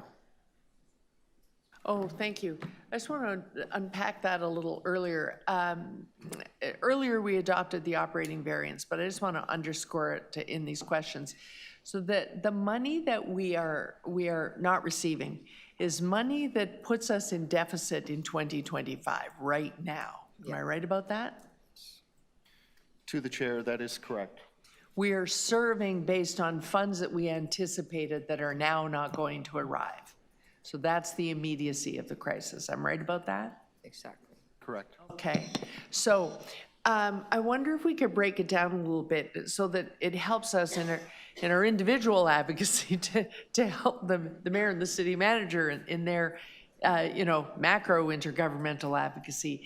The $107 million that is missing, previously, when we had that agreement that they were going to pay 95% of the cost, was it agreed just on here's the total cost and this is how much money you're sending us? Or were there agreements within that amount, within the IHAP program, of what the money would be invested in? Was it itemized and broken down in any way? Did they know what they were supporting with those funds? Yes, I mean, to the chair, we work very closely with IRCC in providing them costs that we were incurring over the course of past years, and it was a reimbursement model that was paid to the City of Toronto based on 95% of the costs incurred. And was it, when it's 95%, when you say costs incurred, do we mean just putting some food in front of them and making sure there's a blanket on that cot, or did it include the expansion to meet the demand of who they were receiving? So to the chair, it definitely assisted the city build that surge response that was required to meet the needs of thousands of more individuals that were arriving in the city. The majority of costs going directly to provide for the shelter, food, wraparound supports of the individuals in our system. The majority, but for the surge response, did they understand that the surge, the expanding our ability was part of what we were asking for? And did they agree that we should meet that surge capacity at that time? To the chair, that's correct. And in fact, after many years of advocacy, the opening of a Peel Reception Center as a first point of contact for single individuals arriving in the country was a great achievement with respect to the system itself and supporting people. And when we had that agreement, there was no question as to the models we were using, the extension to peer agencies. They had no concern or questions about the way we were dispensing the funds throughout the service network at that time. Am I right about that? So to the chair, you're right, with the exception of this most recent agreement, which introduced criteria that would encourage jurisdictions to move to more cost-effective community-based solutions as opposed to, funding of shelter hotels that happened during the course of the crisis. And then my last question is this. Given the volume that we serve here in Toronto, and you have a knowledge of the system, I know, because you compare notes with colleagues. In comparison to others in the volume we're serving, we are probably amongst, if not the most cost-effective in serving the volume we serve with the funds that they were providing. Am I right about that? So to the chair, you know, Toronto provides a cost-effective response, as do other jurisdictions when we're dealing with a crisis. You know, we did many things in the same way that other jurisdictions did: immediately open hotels, you know, engage with our refugee-serving partners and determine how we could best meet the needs. Okay, thank you. Those are my questions. Thank you. Any other questions? No? Okay, on this item, I am going to say, I have Councillor Raffo and Malik and Carol. I want to say that intention the federal government is honorable to, rather than keeping people in hotels, which we had to at the time during COVID, having them in housing, absolutely, transition housing with wraparound service, employment, get the application forms filled and get them feeling a sense of community so they can get to work, all of that, honorable. But we do have 26,000 people on the wait list for supportive housing. Not building enough, okay? So on top of that, yes, there's $1.5 billion the federal government had promised in the upcoming on the housing, this new government, except the wraparound services to build these supportive housing is missing because it's provincial government. So they're now into, the federal government will build the supportive housing, but who's going to actually do the support? Is it City of Toronto again? Right, so you can't cut off the funding now when the housing is not yet built, okay? Do the transition, maybe a year or 2 years. If it is fast, we can do modular housing, maybe we can do it quickly, but we need to transition. Can't empty out the hotels if there's no shelter space. You can't empty out the shelters if there is no supportive housing. So that's problem number one. The second one is one of the best way, the fastest way, because some of the refugees, you don't need to provide food. They can certainly do food. And one of the best ways through the rent supplement. And even if they work, they may not have enough. They can just supplement the rent a little bit. Then they can go from shelter into housing. And it is a lot cheaper, financially a lot more sound, more effective. So if you cut off COP, which is the shelter allowance, from 38 million that we had in 2004 to now, let me see, 8 million. So we have 30 million less for support, for rent supplement program.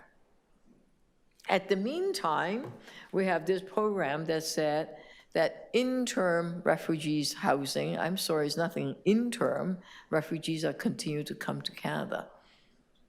It has always come, you know, refugees have always come to Canada through centuries, okay? And so the absurdity of this, the cuts is this. When they arrive to Pearson, until they put in the application formally, sometimes it takes 3 or 4 or 5 months to actually fill in the application or find a legal aid or something. That period, they're not refugees, guess what? They're not refugees, apparently. They're not refugees claimant either, because the claim hasn't formally been submitted, and therefore, they are not responsibility of the federal government. By gosh, is that absurd or not? Okay? That's rule number one. Rule number two. Well, they can only have 90 days. That's the guideline, 90 days. They really should establish themselves, except, you know what? It takes 2 months, 60 days, to get a work permit the fastest way. So they have 30 days to go, once they have a work permit, to find a job, save enough money for the first and last month, so they can move out of their shelter. Is that realistic? That's the second absurdity of this whole rule. And you have beautiful organizations like Romero House, Sojourn House, Matthew House that do incredible work. And they're expanding because you see the impact. They get the refugees the kind of support they get, and they establish themselves. And they are expanding, which is great because the impact is phenomenal. And yet they are now facing cuts, they're facing closure, they're facing uncertainty. So I ask all the councilors and everyone here, help us out, explain to our counterparts, whether it's federal or provincial government, come on, we can do this. We've done it before. We managed to overcome that crisis in 2023 and 24. It's now into a good path. The hotels are closing a lot more, right? There's a phased approach. You can't just go bang and just do it. It's because that's not reasonable. We'll build the supportive housing. We will get it done as quickly as possible, sometimes 17 days. Councillor Bravo, you had one in Ossington that was built, okay? My 5 minute up, let's do it together. Let's persuade the federal and provincial government to work with us because we know that we can get a head start for the refugees claimant and they will do very well in our city and in this country. So I'll start my rant. Councillor Bravo, you're next. Thank you, Mayor. This morning, about 40 organizations joined together in a press conference downstairs, and they, with one voice, demanded that the federal government pay its bills and honor its responsibility. If you ask the United Nations High Commission for Refugees in Canada, who is responsible for refugees and for their needs in any nation state, it is the federal government, it is the national government. They can delegate to municipalities responsibilities, and that has been the arrangement. It's been a funding arrangement where the City of Toronto and other municipalities have played that role in terms of providing shelter. But they can't walk away from it. That is going against the covenant that was signed by Canada with respect to refugees. It's appalling that they're not paying their bills, but they're also walking away from the major responsibility of coordination, of ensuring that people are able to settle in communities where there's ample housing, where there's the need for workers, where people are ready to receive families, and that's all over this province.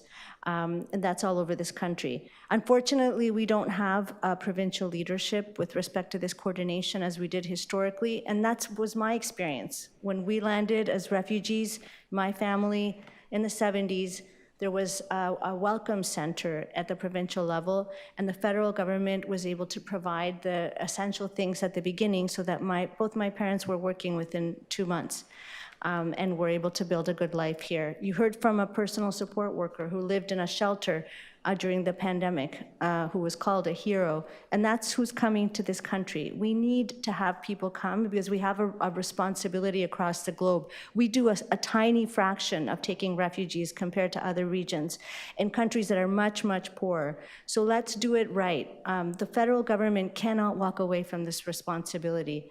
It cannot abandon municipalities. And I think what's most problematic from my perspective is that because of changes to the entry point and locating the entry point at Pearson, we faced that massive refugee crisis, particularly with East African refugees.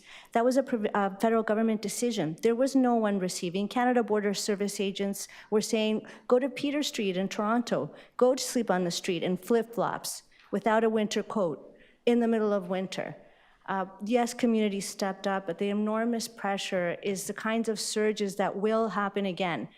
The numbers have gone down, and that is we're putting us in a better position, but there's no way that the City of Toronto or any municipality could handle a surge as we saw at that time again. The federal government was saying, come to Toronto. Then we took on the greatest number of refugees. This city mobilized, and people did not want to see people sleeping on the street, entire families. We came together, and the civil society groups that were here today are an example of that. How, again, will they put us in this position, walking away from what is clearly the responsibility? It will result in people on the street. And what's so angering is that they're particularly punishing Toronto for taking more people, for having more responsibility. Toronto is the only city in Canada that has always had 500 shelter beds for refugees. And we're getting punished with a 26% reimbursement on what should be 95%. Compared to other municipalities, this is beyond an insult. It's a really mistreatment. We also have the challenge of not having that provincial role, and I don't want to let the province off the hook here, because if like in Manitoba and British Columbia and Quebec, the provincial government was at the table and said, you know what, there's a community that is ready to settle a group of people, let's support them and let's make that coordination happen. That would be a benefit, a nation-building approach to Canada, because that is what happens when refugees are appropriately settled. I think that what we have today is the people of Toronto standing with us and behind us, and we have to stand firm behind the mayor who's making this request. It's absolutely essential that we win on this, because walking away from this kind of responsibility when you are a national government who is tasked with this responsibility, who has signed international agreements, it's a slippery slope, and we can't let that happen. Thank you, Mayor. Thank you. Councillor, Deputy Mayor Malik, and then Councillor Carroll. Thank you very much. And Councillor Perks, too. And just echoing Councillor Bravo's remarks, and also gratitude for everyone who has come and spoken to us today, who has communicated with us, but who has been consistent on this issue, and for speaking and coming together in your advocacy and in this important fight with one voice. And in 2023, when the federal government froze funding for refugee claimants, that experience was on my doorstep in my community, and we saw those ramifications up close and how they permeated throughout our city. 129 Peter Street, the Streets to Homes Assessment Referral Center, SHARC as it's known, is in my ward. And people were being directed by airport agents and other federal counterparts to come there. And staff at that site and across so many others in the city were doing their best to provide services, to provide information, food, medical attention, and necessary supplies to people who are gathered there. And I do have to recognize also the local community in the area, the Business Improvement Association, and residents who saw what was happening and stepped up and asked what they could do. And, you know, I said it then and I'll say it now, that situation was unconscionable, and it was a very difficult moment for our city. And in that difficult moment, social service organizations, Black churches across the city, communities who have also had that experience of a refugee situation stepped up to care for people. And I'm so glad that they did, and we recognized their leadership, and we also repeated that it's not their job, right? That's not their responsibility. It is squarely in the federal government's jurisdiction, and we work together with them and their leadership. And as we've said, them paying that bill is the difference in people's lives and livelihoods. And in a city like ours, we should be able to welcome people at the maximum capacity that we can provide, who are seeking safety from persecution, and who are looking for a better life, who are looking to be with us alongside in that work to build a city that we're proud of. And the City of Toronto should have the resources committed by the federal government to do this, and it is completely outrageous that that is not the case. And in this crisis, and through many conversations with refugee and homelessness advocates and serving organizations, we learned a few important things. First, that refugees and asylum seekers need different supports than unhoused folks living in Toronto, and that supports from all levels of government are needed, not just for funding, but also for transportation and coordination across our municipalities and across other municipalities. And as a city, we have worked very hard to implement those lessons. And again, I want to give so much gratitude and credit to city staff and our community organizations who have stepped up to that task and made sure that through that experience, we were coming out stronger. The federal government now backtracking on these important lessons and absolving themselves on their clear responsibility is unacceptable.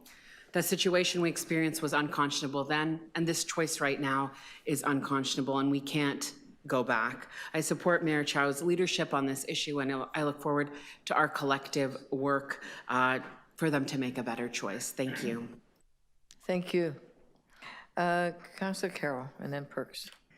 Well, I think Deputy Mayor Malik's final sentence is actually quite hopeful. They just need to make a better choice.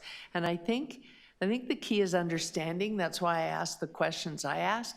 In my own individual advocacy, I've realized that when it's almost sometimes it hurts when you have such a good resolution that we had in 2023, Mayor Chow, when you resolve the immediate issue, understanding slips through our fingers again. And so in my advocacy amongst members of Parliament, I'm realizing they don't quite understand that we have the same mission here. We all want the same thing. We want refugee claimants and asylum seekers who come here to move from the shelter system as quickly as possible into housing.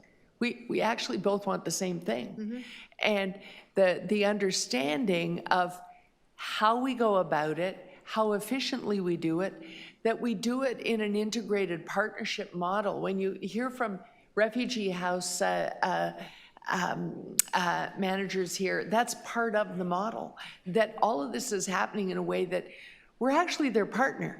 You know, we take those people who don't fit neatly into the IRCC process, and we try to do our best for them. And if at all possible, we try to keep them off the street and out of parks, but we need the investment to do that. And how we do it as affordably as possible is really nothing short of miraculous. And what is special about what was agreed to in 2023 is there was at that moment an understanding of how we work those miracles, and that we should keep doing it, and that yes, it won't just be a matter of we need this much to feed them and put them in the roofs that we already have, but we have to build a model for surge capacity so that we don't have a 2023 situation.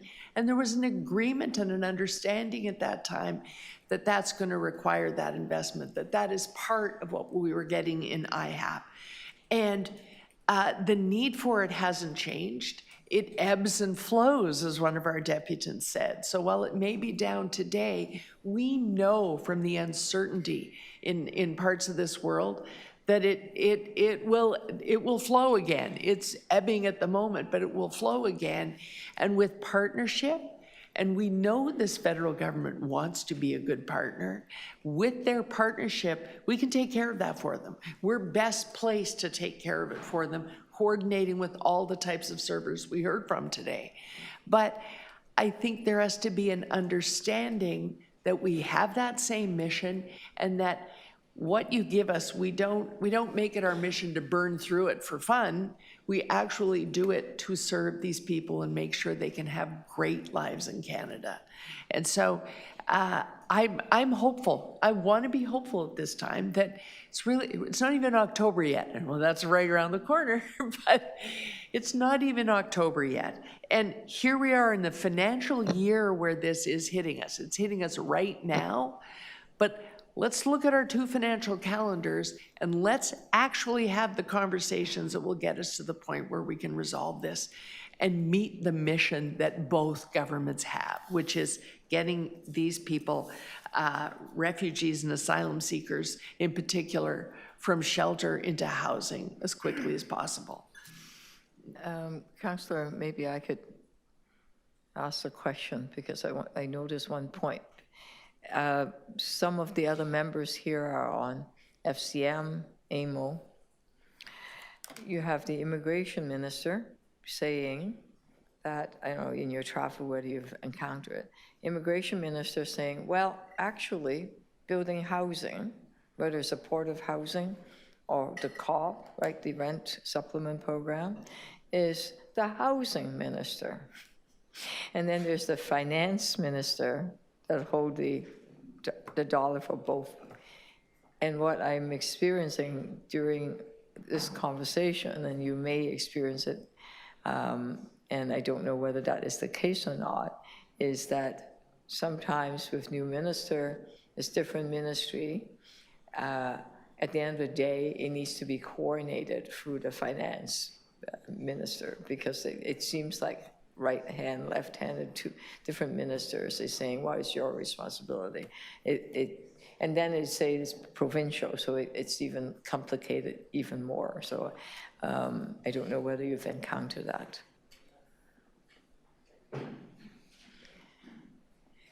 It's a comment couched in a question. Councillor Perks.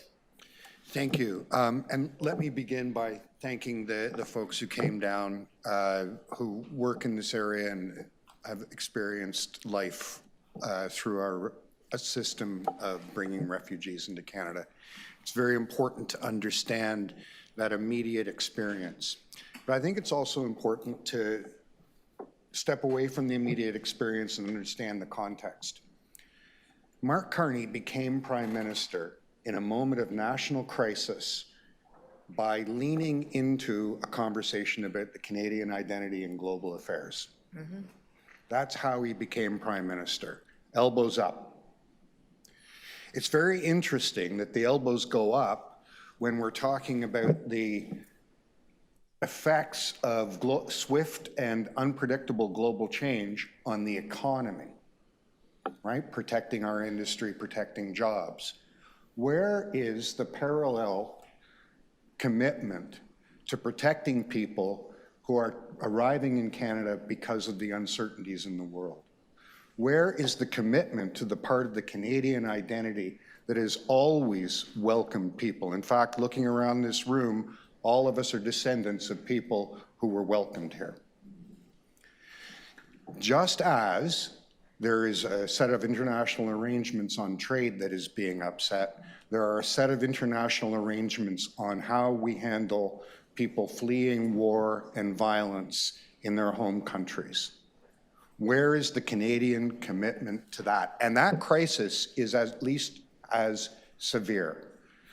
If you look what is happening to the south of us, it's not just economic craziness, it's craziness around refugees.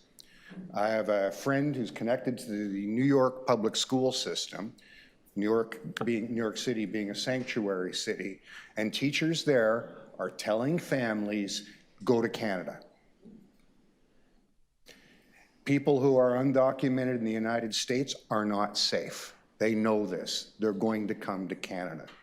Or they're going to bypass the United States entirely and arrive here. This is a failure of the previous international agreements that is as important, and I would actually argue more important, than the failure of trade policy. And if you believe in the elbows up, Canada proud, look at our history and traditions argument that elected the current federal government, you have to believe that our commitment to protecting refugees and people who arrive here should be central to their work, which is why I am so lost in trying to understand why they are walking away from this. How is it this part of the Canadian identity can be shed in a crisis, but the part of the Canadian identity that takes care of big industry and international trade is central? That's a mystery to me. I had a conversation with my member of parliament about all of this, and I was just staggered the extent to which he didn't understand the interrelationships between our investment in our shelter system and literally everything else we do in the city of Toronto. He didn't understand the impact that an overcrowded shelter system has on our libraries, has on the TTC, has on our parks, has on people who are fleeing violence at home or having a mental health crisis and live here. Didn't understand that if this fundamental part of our system fails, everything else we deliver is impacted, both directly and financially. We're not allowed to go and increase our spending mid-year. If we're going to find money to backfill the federal absence, it's going to come out of programs that Torontonians depend on. So yes, the federal government has a legal obligation here, But I would argue that the Liberal Party of Canada and anybody who claims to be protecting Canadian identity has a moral obligation to remember the part of the Canadian identity where we take care of each other. One of the things I do frequently is go to citizenship ceremonies. It's amazing. The MP is always there to welcome people and, you know, say this is a federal obligation, this business of citizenship ceremonies. Well, it's time they showed up at the front end. So let's keep the pressure on and make them remember what Canada's obligations are, what the obligations of this particular Prime Minister are, and what the obligations of each Canadian are. Thank you. Oh, well said. Thank you. Councillor Cole. Yeah, thank you. Councillor Ainsley. I just want to thank again, as everybody has, the incredible advocacy by everybody who came here today.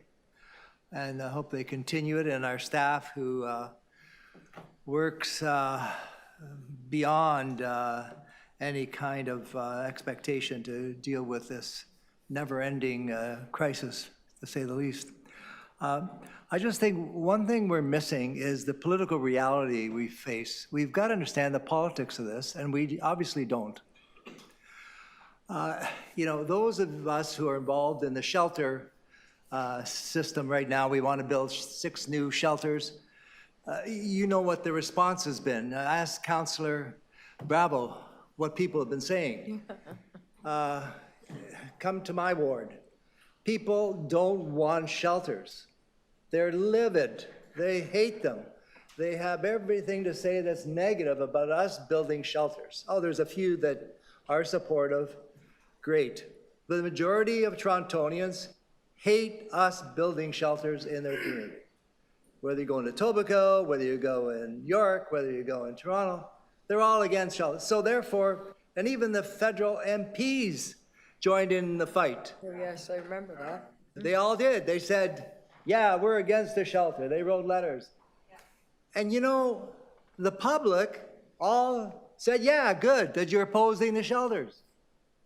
So when the MPs don't respond in a positive way and they're financing their obligations, they are reflecting their voters. Their voters don't want us to fund refugee asylum seekers. That's what it basically is. They say no. And for us to say, well, we can't do it, it's a federal responsibility, the voters don't care. The constituents don't care. It's just a pissing match between the feds and the city. That's what they're saying. So that's why we're not getting the support of our federal MPs, and it's not a priority item for the Carney government. And it's not going to change anything by the wonderful advocates. And, you know, we had the person, a wonderful advocate, listing all the organizations saying, do something about this awful lack of funding. I didn't see the Toronto Board of Trade there. Did you contact them? The Ontario Chamber of Commerce, the Canadian Chamber of Commerce, the banks in Canada. They're not on the list. They're not calling up Carney or calling up MPs and saying, hey, listen, you guys got to do something about your underfunding of your responsibility. None of them are. So unless that paradigm changes and they step up to support the frontline housing advocates, we're going to be in this pissing match forever. And we may get some kind of little agreement here going part-time, but we're not going to get a total coming up to responsibility from the federal government unless we get the business community, the commercial community, and get them to understand that it's to their benefit if there is housing for refugee claimants. They don't care about it because the stock market's doing very well.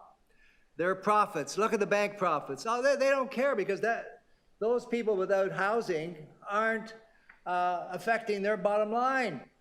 They don't see it as affecting their bottom line because they can't see past the short-term profit statements. So unless we start to harass, advocate, push, and unless the public who are on the minority of the public, they're on the side of doing the right thing for housing people, unless they start to join in an effort to persuade the money people in Toronto, in Ontario, and Canada, that refugees and asylum seekers, immigrants, even the word immigrant is a bad word now. You say the word immigrant, everybody's, oh, too many immigrants. I said, well, you're a damn immigrant yourself. What are you talking about? You don't like these immigrants. Anyways, but so that's where the gap is. Unless we change our focus and we get the advocacy groups to change their focus away from trying to, sweet talk our MPs, we've got to talk politics to them, and we've got to get different messengers.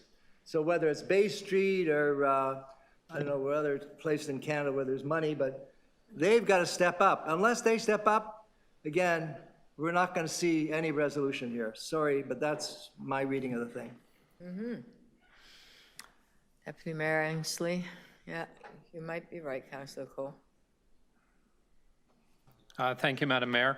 Most recently, so one of the things my residents always find when you're talking about someone that's sleeping on the street, in a tent, on a bench, in a park, they don't know whether it's somebody that's homeless, whether it's a refugee claimant.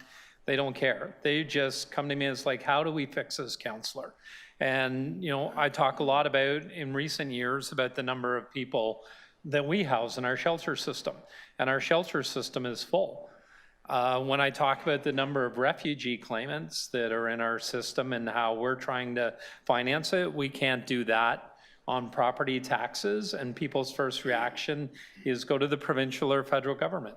And then I tell them about these two programs that are being canceled or in danger of being canceled and the impact that it's going to have them and on their city. And we just had a slide presentation this morning about people's biggest concerns in the city, and having people sleeping on our streets, 3,400 people, claimants every night, has a huge impact on people's perception of what's happening. It impacts our transportation system, it impacts our library, our social services. Most recently, Mayor, I had put forward a motion in the Ontario Big City Mayors Caucus on your behalf in the City of Toronto, and it passed unanimously. And every mayor that was in that room is deeply concerned about the trickle-down effect that if we don't see the proper funding for our refugee claimants to support them, that supports our city, what it's going to impact is going to have on their municipalities. They were shocked at the numbers that I talked about in the City of Toronto. And, I'm glad to see that we have a letter from the Toronto Board of Trade that's written to the minister. We need that. But as Councillor Cole said, we need the business community to step forward. I think we're doing everything we can as politicians. At the AMO annual general meeting, we had a number of delegations with different provincial ministers. In each and every delegation, it was brought up by one municipality or another that this funding cannot be cut, not just Toronto, but every municipality across Ontario.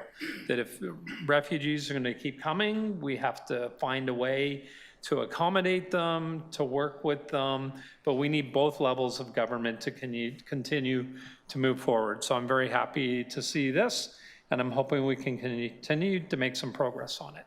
Thank you. Thank you. Great. The recommendations in front of you. All those in favor? Opposed? Carry. Thank you so much. Thank you for your work. And let's do it. I think we can persuade other levels of government. We'll see. Let's do some quick items. Deputy Mayor Malik, you held the Quayside. Can you just quickly ask it? Because I only have 2 items left. That's one of them. Thank you. And are there folks here to respond? Yeah? I'm sure there is, just ask it. All right. So my And then, first... and then the next one, the last one is the end-to-end customer experience. Okay. Thank There's you. speakers to that. So my first question is just on the affordable housing, and how are we front-ending delivery of more affordable housing and increasing its numbers on this site through these approvals? Through the chair, we're doing that in two ways. One, we're increasing the total number of units by almost 100 units. And then second is in a change of tenure, going from a condo-led project to a rental project, which allows us to take advantage of this kind of dip in the current market and not have to wait for the condo market to come back. Thank you. Can you introduce yourself? Because I know who you are. Sorry, it's Hugh Clark, Your title. the Executive Director of the Housing Development Office. Thank you very much. And to that point, despite some of the challenges we've been seeing with market conditions, can you outline how we're meeting our climate leadership goals and carbon neutral standards for this project? Through you, Mayor, I can take that. It's Joe Cressy. I'm the Chief Strategy Officer at Waterfront Toronto. So as Hugh mentioned, while we accelerate the purpose-built rental and the affordable housing portfolio, the commitment on sustainability and an inclusive community stands. So Quayside will be a zero carbon certified and an energy efficient community. Practically, what that means, the project will meet the Toronto Green Standard. It will meet the Canada Green Building Council's zero carbon standard, as well as Waterfront Toronto's green building requirements. So affordable housing moves faster, purpose-built rental instead of condo, and still sustainable. Just like to speak briefly to the item. Okay, yeah. Any other questions to the staff? Nope, seeing no other questions, Deputy Mayor Malik. Thank you very much. I just want to briefly, first and foremost, thank city staff from the Housing Secretariat, Waterfront Secretariat, the DCM's office for this report and for the collaborative work with Waterfront Toronto. You know, earlier this year, I joined Mayor Chow with all three levels of government as we recommitted to the partnership to revitalize our waterfront and our work through Waterfront Toronto, which is such an enormous and exciting step. And central to that commitment is building new communities that are welcoming and inclusive and sustainable for all of us and for the long haul.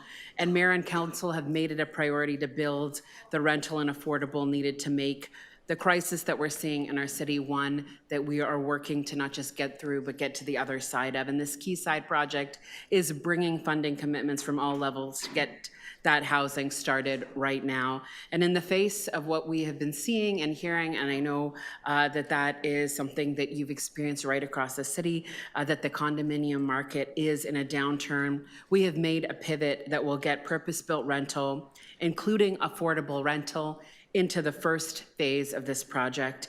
And the city has demonstrated its commitment through tangible measures to get affordable and purpose-built rental housing built through funding, through relief measures for development charges and property taxes, and supporting on financing, all in collaboration with other levels of government. Thank you again to staff for this work and to bring housing to our waterfront more quickly and address the housing crisis right across the board. Great, thank you. Just people know, Shuffle is going to hit the ground hopefully very soon. 1,800 units, 3 out of 10 of them are going to be affordable, and half of them are family size. That is really great, which means that young families, whether they're nurses, PSWs, firefighters, police officers, teachers, can start their family right here. So let's have it happen and have more of them. Thank you for your work, everyone. It's good to have some good news from time to time. Your motions, all those in favor, opposed, carry, thank you. One last item, let's do it before lunch, maybe. Efforts to improve end-to-end customer experience. We have 3 speakers, starting with Albert Wenzel. Oh, there you are, thank you.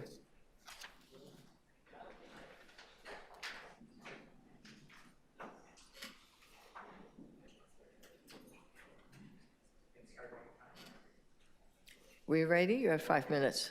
Okay. Good morning. I 311 system. In fact, my urgent calls have been marked at the highest level possible: dire emergency, priority 1, code blue, a life or death matter. The city has a bottom line responsibility to find a constructive resolution to this matter. At the city level, there are numerous political solutions. We can recall the review and have Sandler explain himself.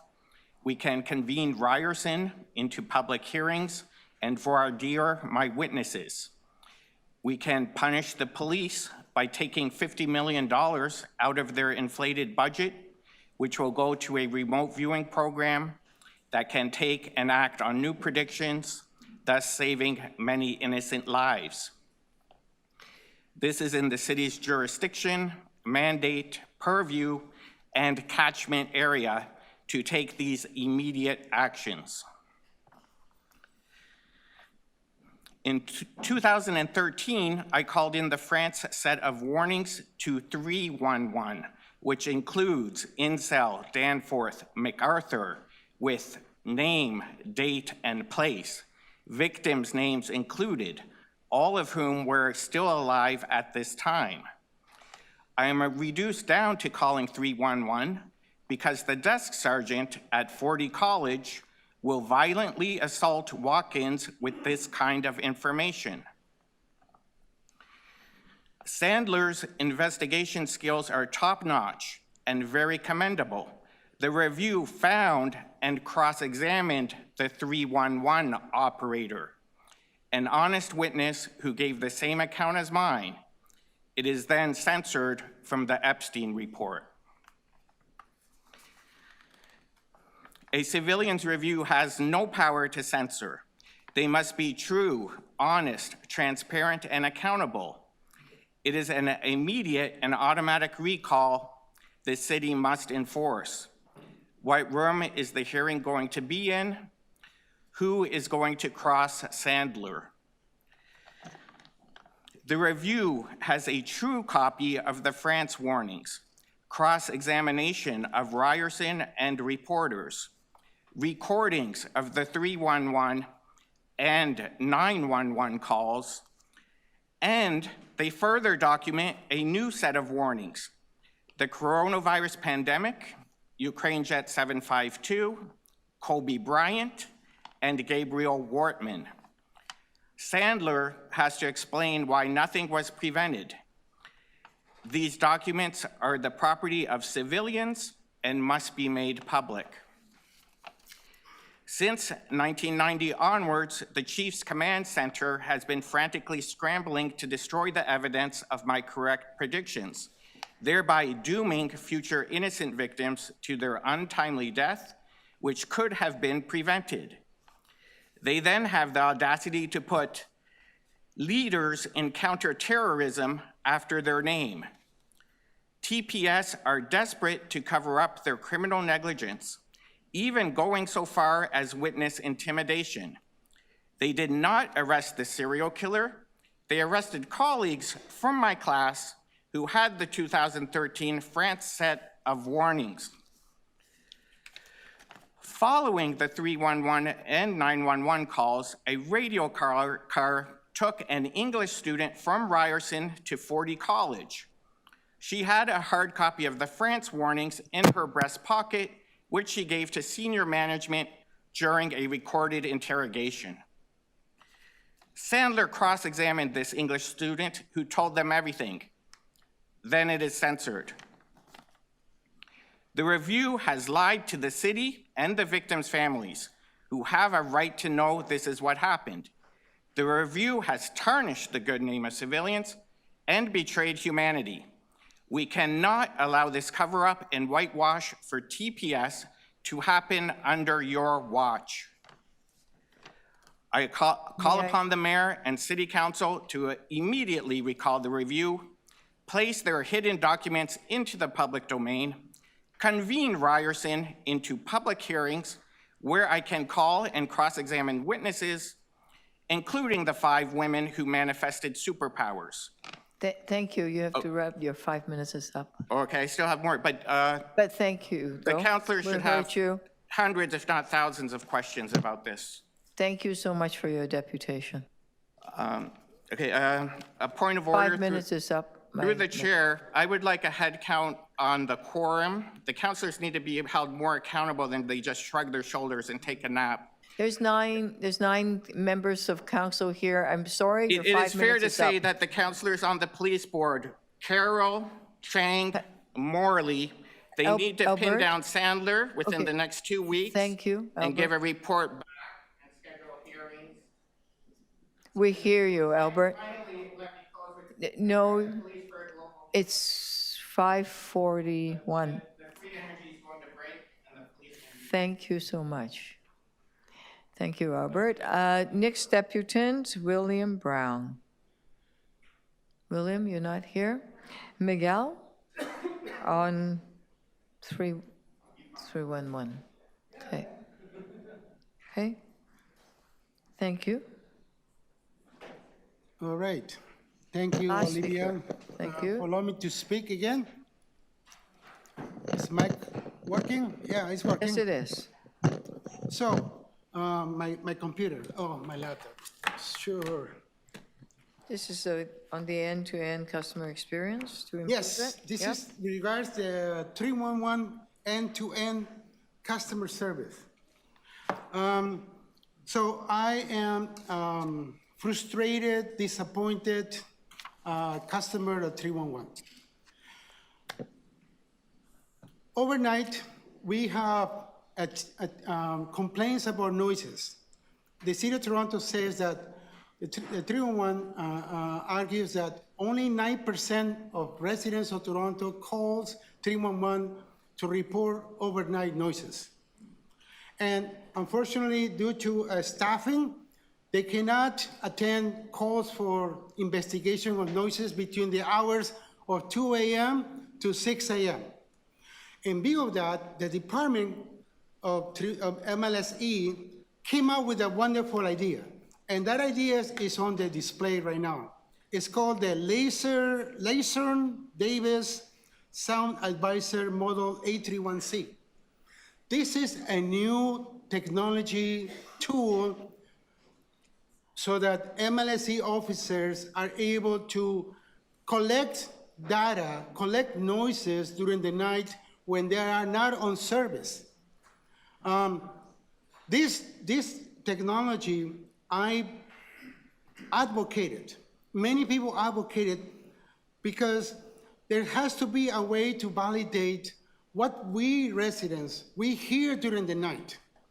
In my particular case, I hear those noises during the night. And when MLSE officers came into my unit to investigate noises, they said they couldn't find no noises at all, which makes me very frustrated because I've been telling my landlord, TCAC, I can't sleep during the night. Do something about it. They don't call 311. It's up to the resident to call 311 and says, I'm hearing noises, could you please investigate? So this tool, the Larson device that you're seeing on the screen, supposed to collect the noises. But in all honesty, it didn't achieve my expectations. My expectations were that they were going to receive, collect the noises that I'm hearing, but they said that is our extent of investigation. We are not going to pursue it again. I requested a second testing of the unit. So magically, a new alternative has been pushed forward by the MLSE office. They said they want to introduce mediation. I wonder how this mediation will involve meeting with my landlord, meeting with the tenants, how we can find a solution, an amicable solution to the noises I'm hearing during the night. So I am very convinced to address the noises I hear during the night. My landlord has to go above and beyond to provide human rights accommodations in the form of soundproofing panels. Soundproofing panels has been successfully able to reduce up to 89% of noises that you hear in your unit. And as you can imagine, Olivia, I have lost hearing in both ears. That's the reason I'm speaking loud, because I can't hear myself. So We can hear you. Eh? Too much noises. Oh, Keep sorry. going, keep going, keep My going. mental We may have to wrap health, up soon. my physical health, has further damage. I think there are solutions. But let's talk about this mediation and entertain that solution. But the bottom line is, without soundproofing on my unit, it won't be successful. Thank you. Thank you, Miguel, again. On the item, any question to the staff? Yeah, to the Madam staff Mayor. on Thank you. 311. Good morning. Thank you, Madam Mayor. Through you to staff. Excited about this work progressing. The report mentions that changes will be rolled out in phases, starting with parks. How will the city determine which departments or services come next? And will the rollout prioritize areas with the highest volume of service requests or complaints? Through the chair, thank you for the question. We are putting a plan for Q2 next year with all the different divisions that are integrated into 311. That'll be the 6 divisions, and we will be prioritizing based on volumes. Perfect. Very excited, long awaited, and very much look forward to seeing that come to back to this table. My next question is, one of the challenges seems to be that the different departments are using outdated systems that don't communicate with each other.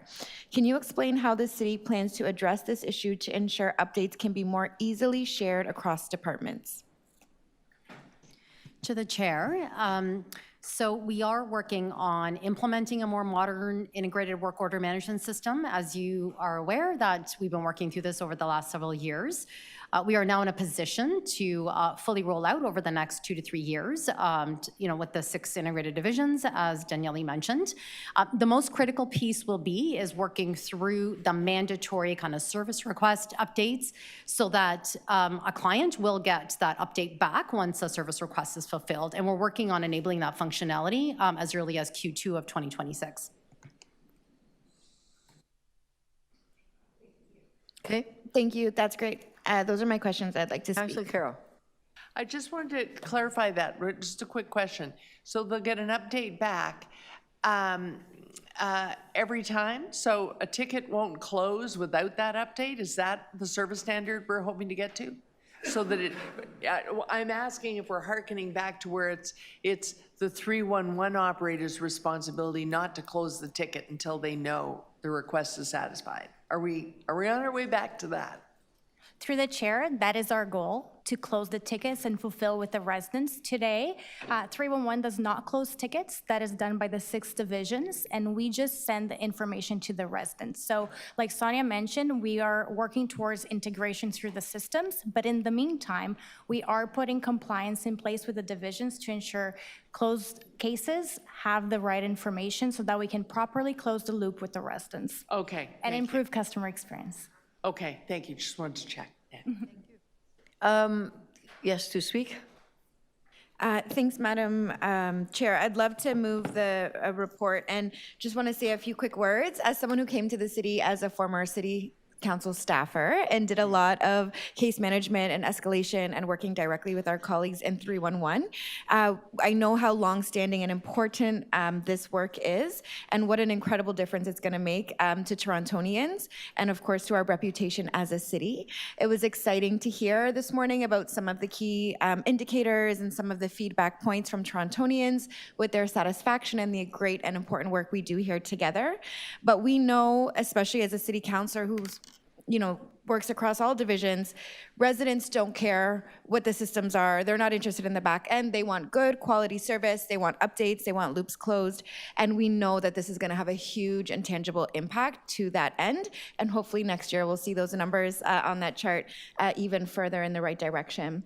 So I just want to welcome Daniele in her new role. I know it's been a few months now, but we're really glad to have you leading this work and working closely with colleagues. It needs to be a holistic approach across divisions with everyone buying buying in and getting on the same page. So very glad that that work is underway, and look forward to the next report in Q2 26.